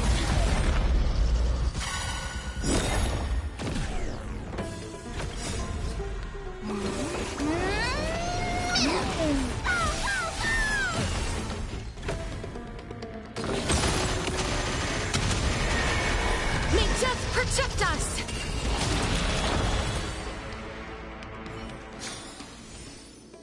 Mine still does more damage.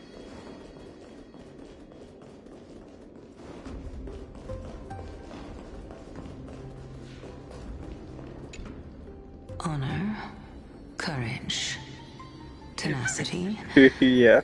sacrifice. And finally, the only thing that remains his reason. Cheer up, young lady. There is no need to shed tears over a glorious death. All farewells in this world are sorrowful, Lord Nias. No, young lady. As a warrior, I have witnessed too many bitter deaths. But now, all I feel is peace. I did not know until this moment that mortals could live their lives in such a way. Although only a sliver of your soul remains, you remain so optimistic. Or maybe the truth is that you aren't able to feel sorrow anymore. To be honest, I don't know either. But I am certain of one thing. This is not an acceptance of death nor apathy toward it. It's not even a feeling of despair. I am just enjoying what remains of my life to the fullest. Enjoying? Indeed. Along this journey that we've taken together, not only have I changed the world, I myself have also changed in the process. And now I have reached the journey's end. When I look back and see the grand epic that I've personally written, how could I not revel in that fact? But when you depart the mortal realm, won't all of your accomplishments be reduced to nothing? Separation and death are two sides of the same coin. Reconciling this doesn't come easily for a mortal.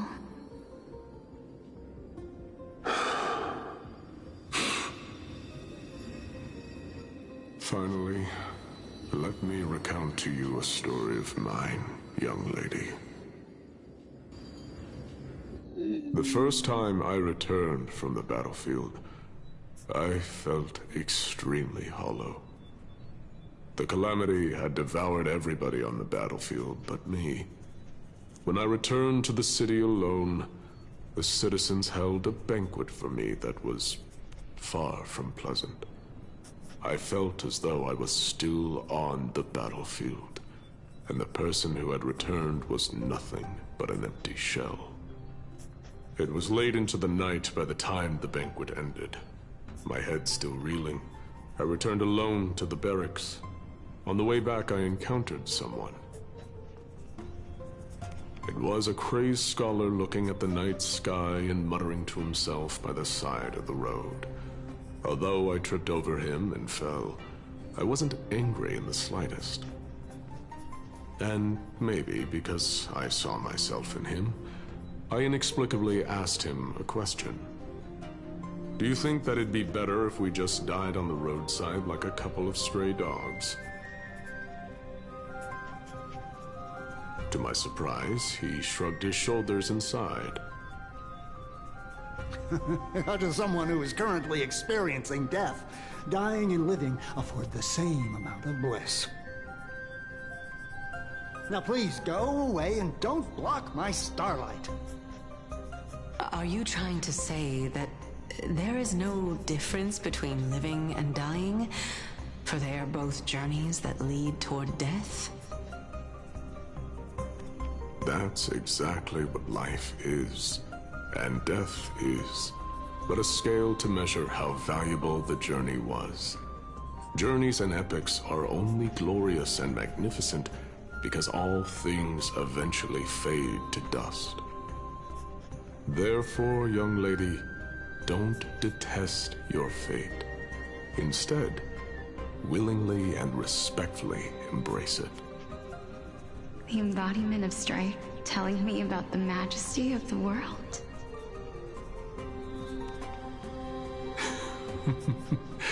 Indeed.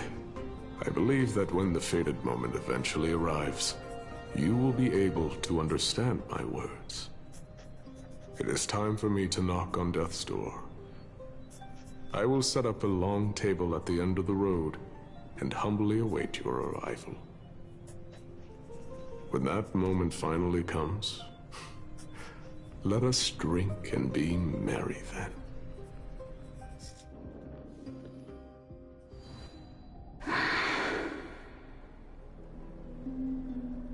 I knew this day would eventually come.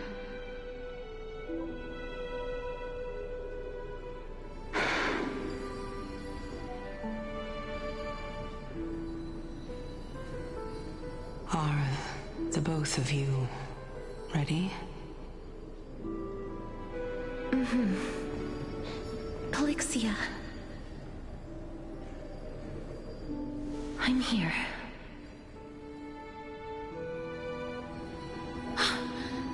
What? This... This is quite interesting indeed. Is this... Polixia's sister? Is it... me? Now, it's time for us to fulfill our promises.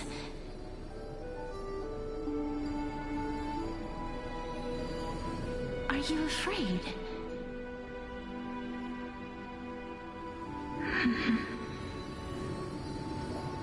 What are you afraid of? That I won't be able to do it.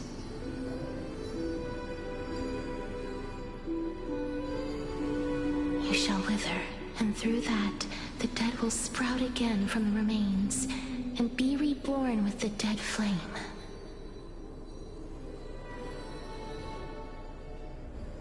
As foretold in the prophecy, and according to our vows, once it all ends, we must face our fated moment head-on. Even if it was prophesied, do we have no say in the matter? It's so unfair. Why are we the only ones who are forced into mutual destruction? Let me do it, sister. Let me be death's sacrifice. I was never long for this world anyway. But you're different. I was the one who wasted your life after all.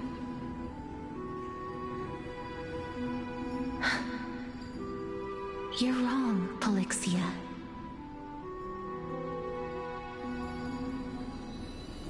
I don't think that my life was wasted. Just the opposite.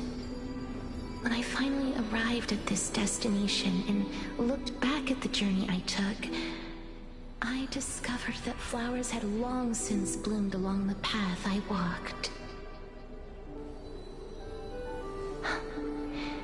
It was you who sowed the seeds for this sea of flowers, one that is more beautiful than the promised land at the end of the world. Besides, I have lived a fulfilling life. Even though I was fated for sacrifice, none of the things that I've experienced will dissipate. Instead, they'll forever live on as memories inside your head. Will they not? How could my memories of you ever compare to the actual you? Well then, tell me. What exactly are we?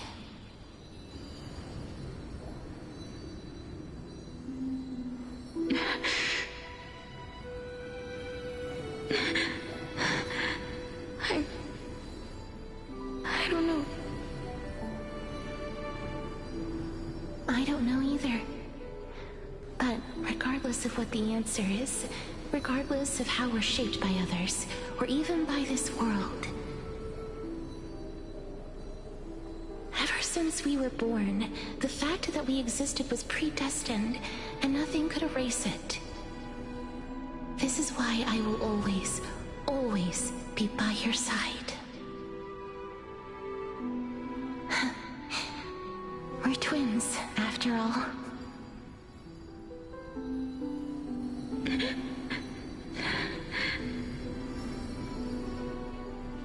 All right, my dear Polixia.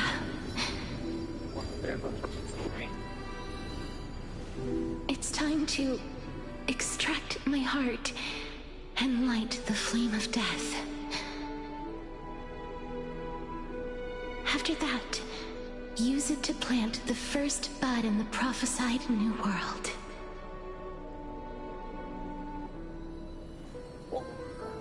I'm right. And they switch places?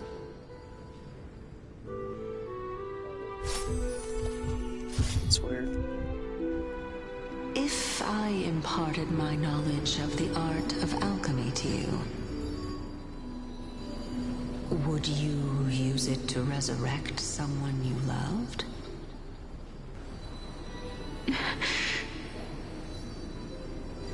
Death is inevitable.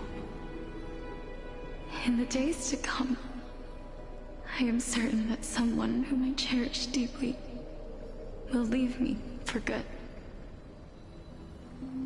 If such a mighty power really existed, I think I would use it without hesitation. Even now, my answer remains the same. This is why, sister, I promise you,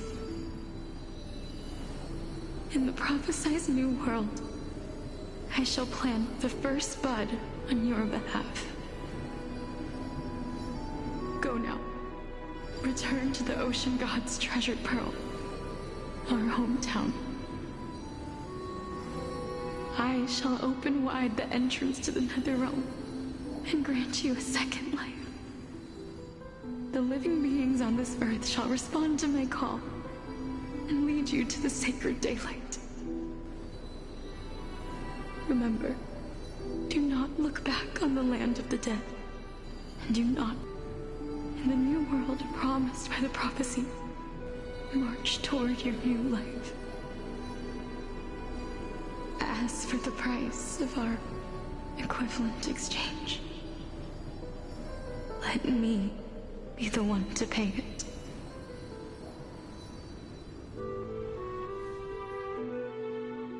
Everybody, we've come to the end. Unfortunately, I am not compatible with the Supreme Being, so I was unable to completely fuse their soul into my own body. However, being able to glean all this from them is exciting enough. I'm certain of this now. Before the Titans that we are well acquainted with were born, a group of heroes roamed the land. These heroes followed a prophecy and took possession of divine authorities one by one, until they eventually became the pantheon of the new world. Just like the flame chase journey of today, Amphoreus' history is cyclical in nature. Huh. What a startling revelation. This means that the demigods, who bear the core flames, will also become the new Titans at the world's end, thereby shaping a new world? I believe that this is the truth behind the Era Nova, as mentioned in the prophecy. This is utterly unbelievable. Besides, those twins in the past, even if they really are Thanatos, their whereabouts are still unknown even today. Are their whereabouts truly unknown? Didn't Polixia mention that seaside town, the birthplace of alchemy in the tale of the dragon? In our world, there exists a city which perfectly matches that description. Styxia. But the people there worship Vagusa and bear no relation to Thanatos. I've also never been to that place, as in the time of Idonia, it had long turned into underwater ruins. Take this. This is... the Nusporist masterpiece, the Philosopher's Stone. It was made by transmuting all of the sages' wisdom into a single entity, with their flesh and blood as its foundation. Remember? I've mentioned before that the art of alchemy is all about conversion, tempering, and ascension.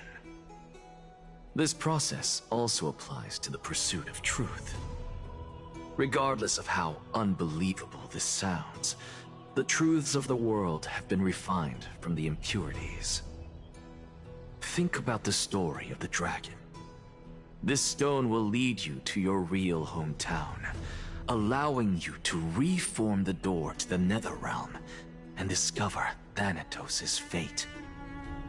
You still look as confident in your victory as ever.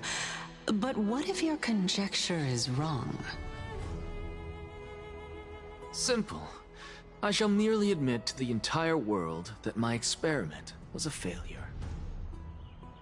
However, my line of thinking will not fail because I have already planted the seeds of doubt into the hearts of the masses. Actions speak louder than words, Castorus.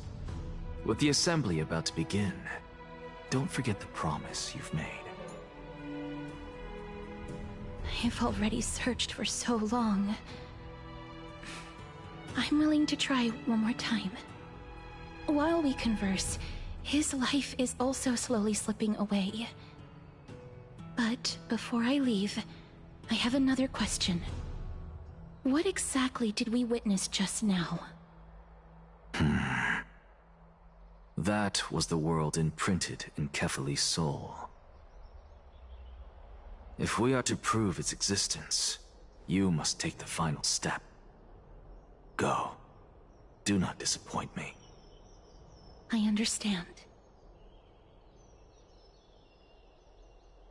Hey, child of humanity. Don't get antsy. I still remember the question you posed to me. As a scholar, I do not wish to offer up ambiguous conclusions. Let's discuss this topic again when she manages to find the evidence. I merely wanted to ask, was that stone transmuted from your heart? If so, rebirth is no longer an option for you. Why not? When I was a child, I lost someone dear to me. When I was a teenager, I lost my faith. A while back, although you saved my life, I also lost my soul in the process. Now I'm merely forsaking my body. What's the big deal? Why are you always finding ways to die? Isn't it good to be alive? This is but a necessary sacrifice on my path to transform into the purest of them all. Can someone who's dead even claim to be the purest of them all? Furthermore, if your hypothesis is proven correct, does it not just confirm that the myths are true, and thereby invalidate all your theories? No, it's just the opposite. If my hypothesis is correct, it means that I can actually ascend to godhood and reshape this absurd world that you all have created.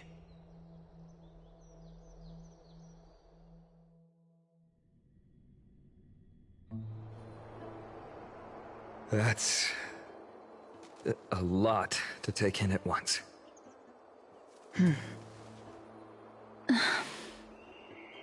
Lady Aglaia, please, let me explain. Go on.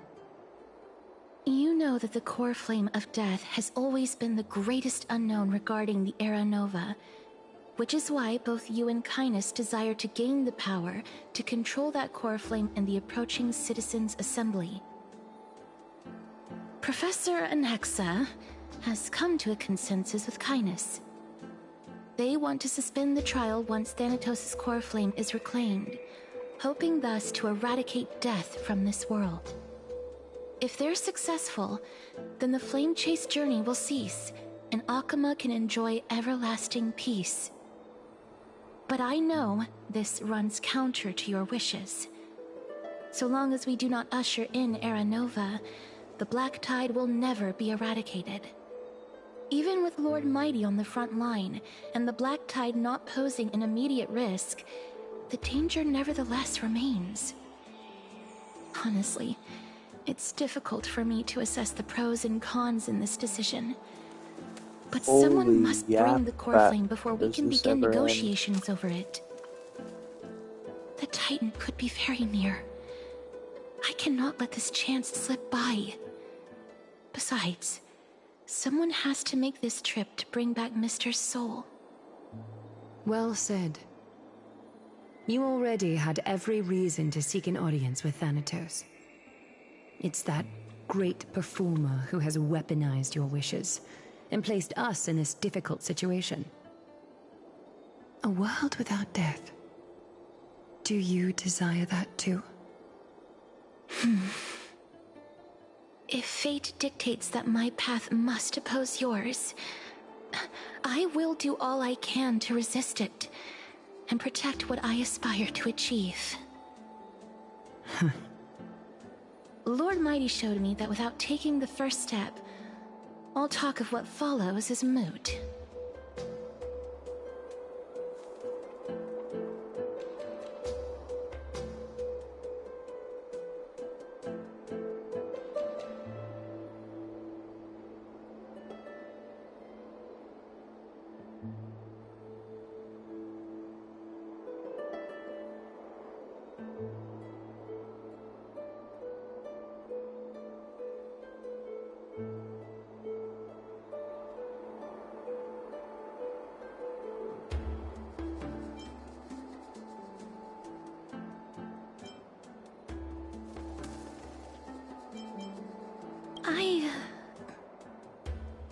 I have always hoped to hear you speak your mind, Cass.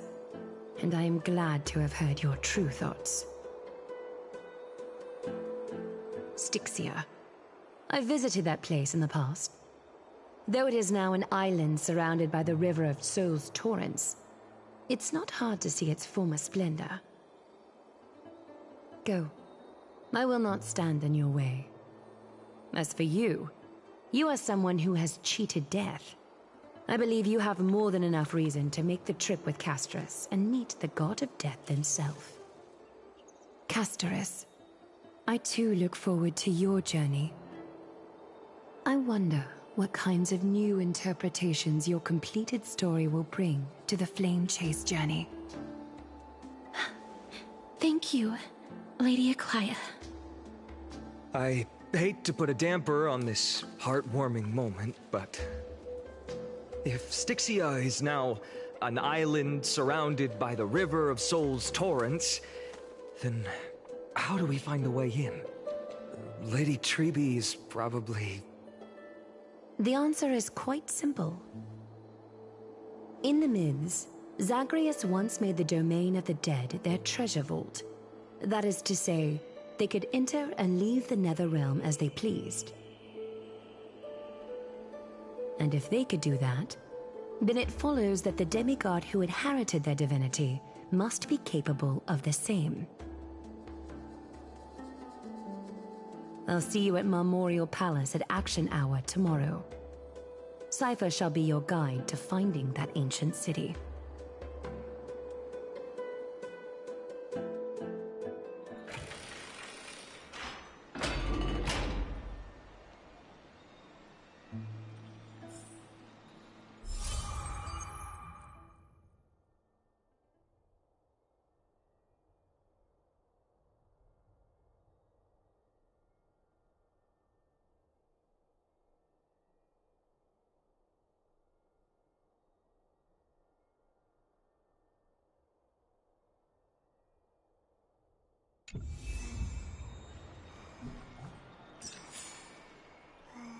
Adios, amigos. See you tomorrow.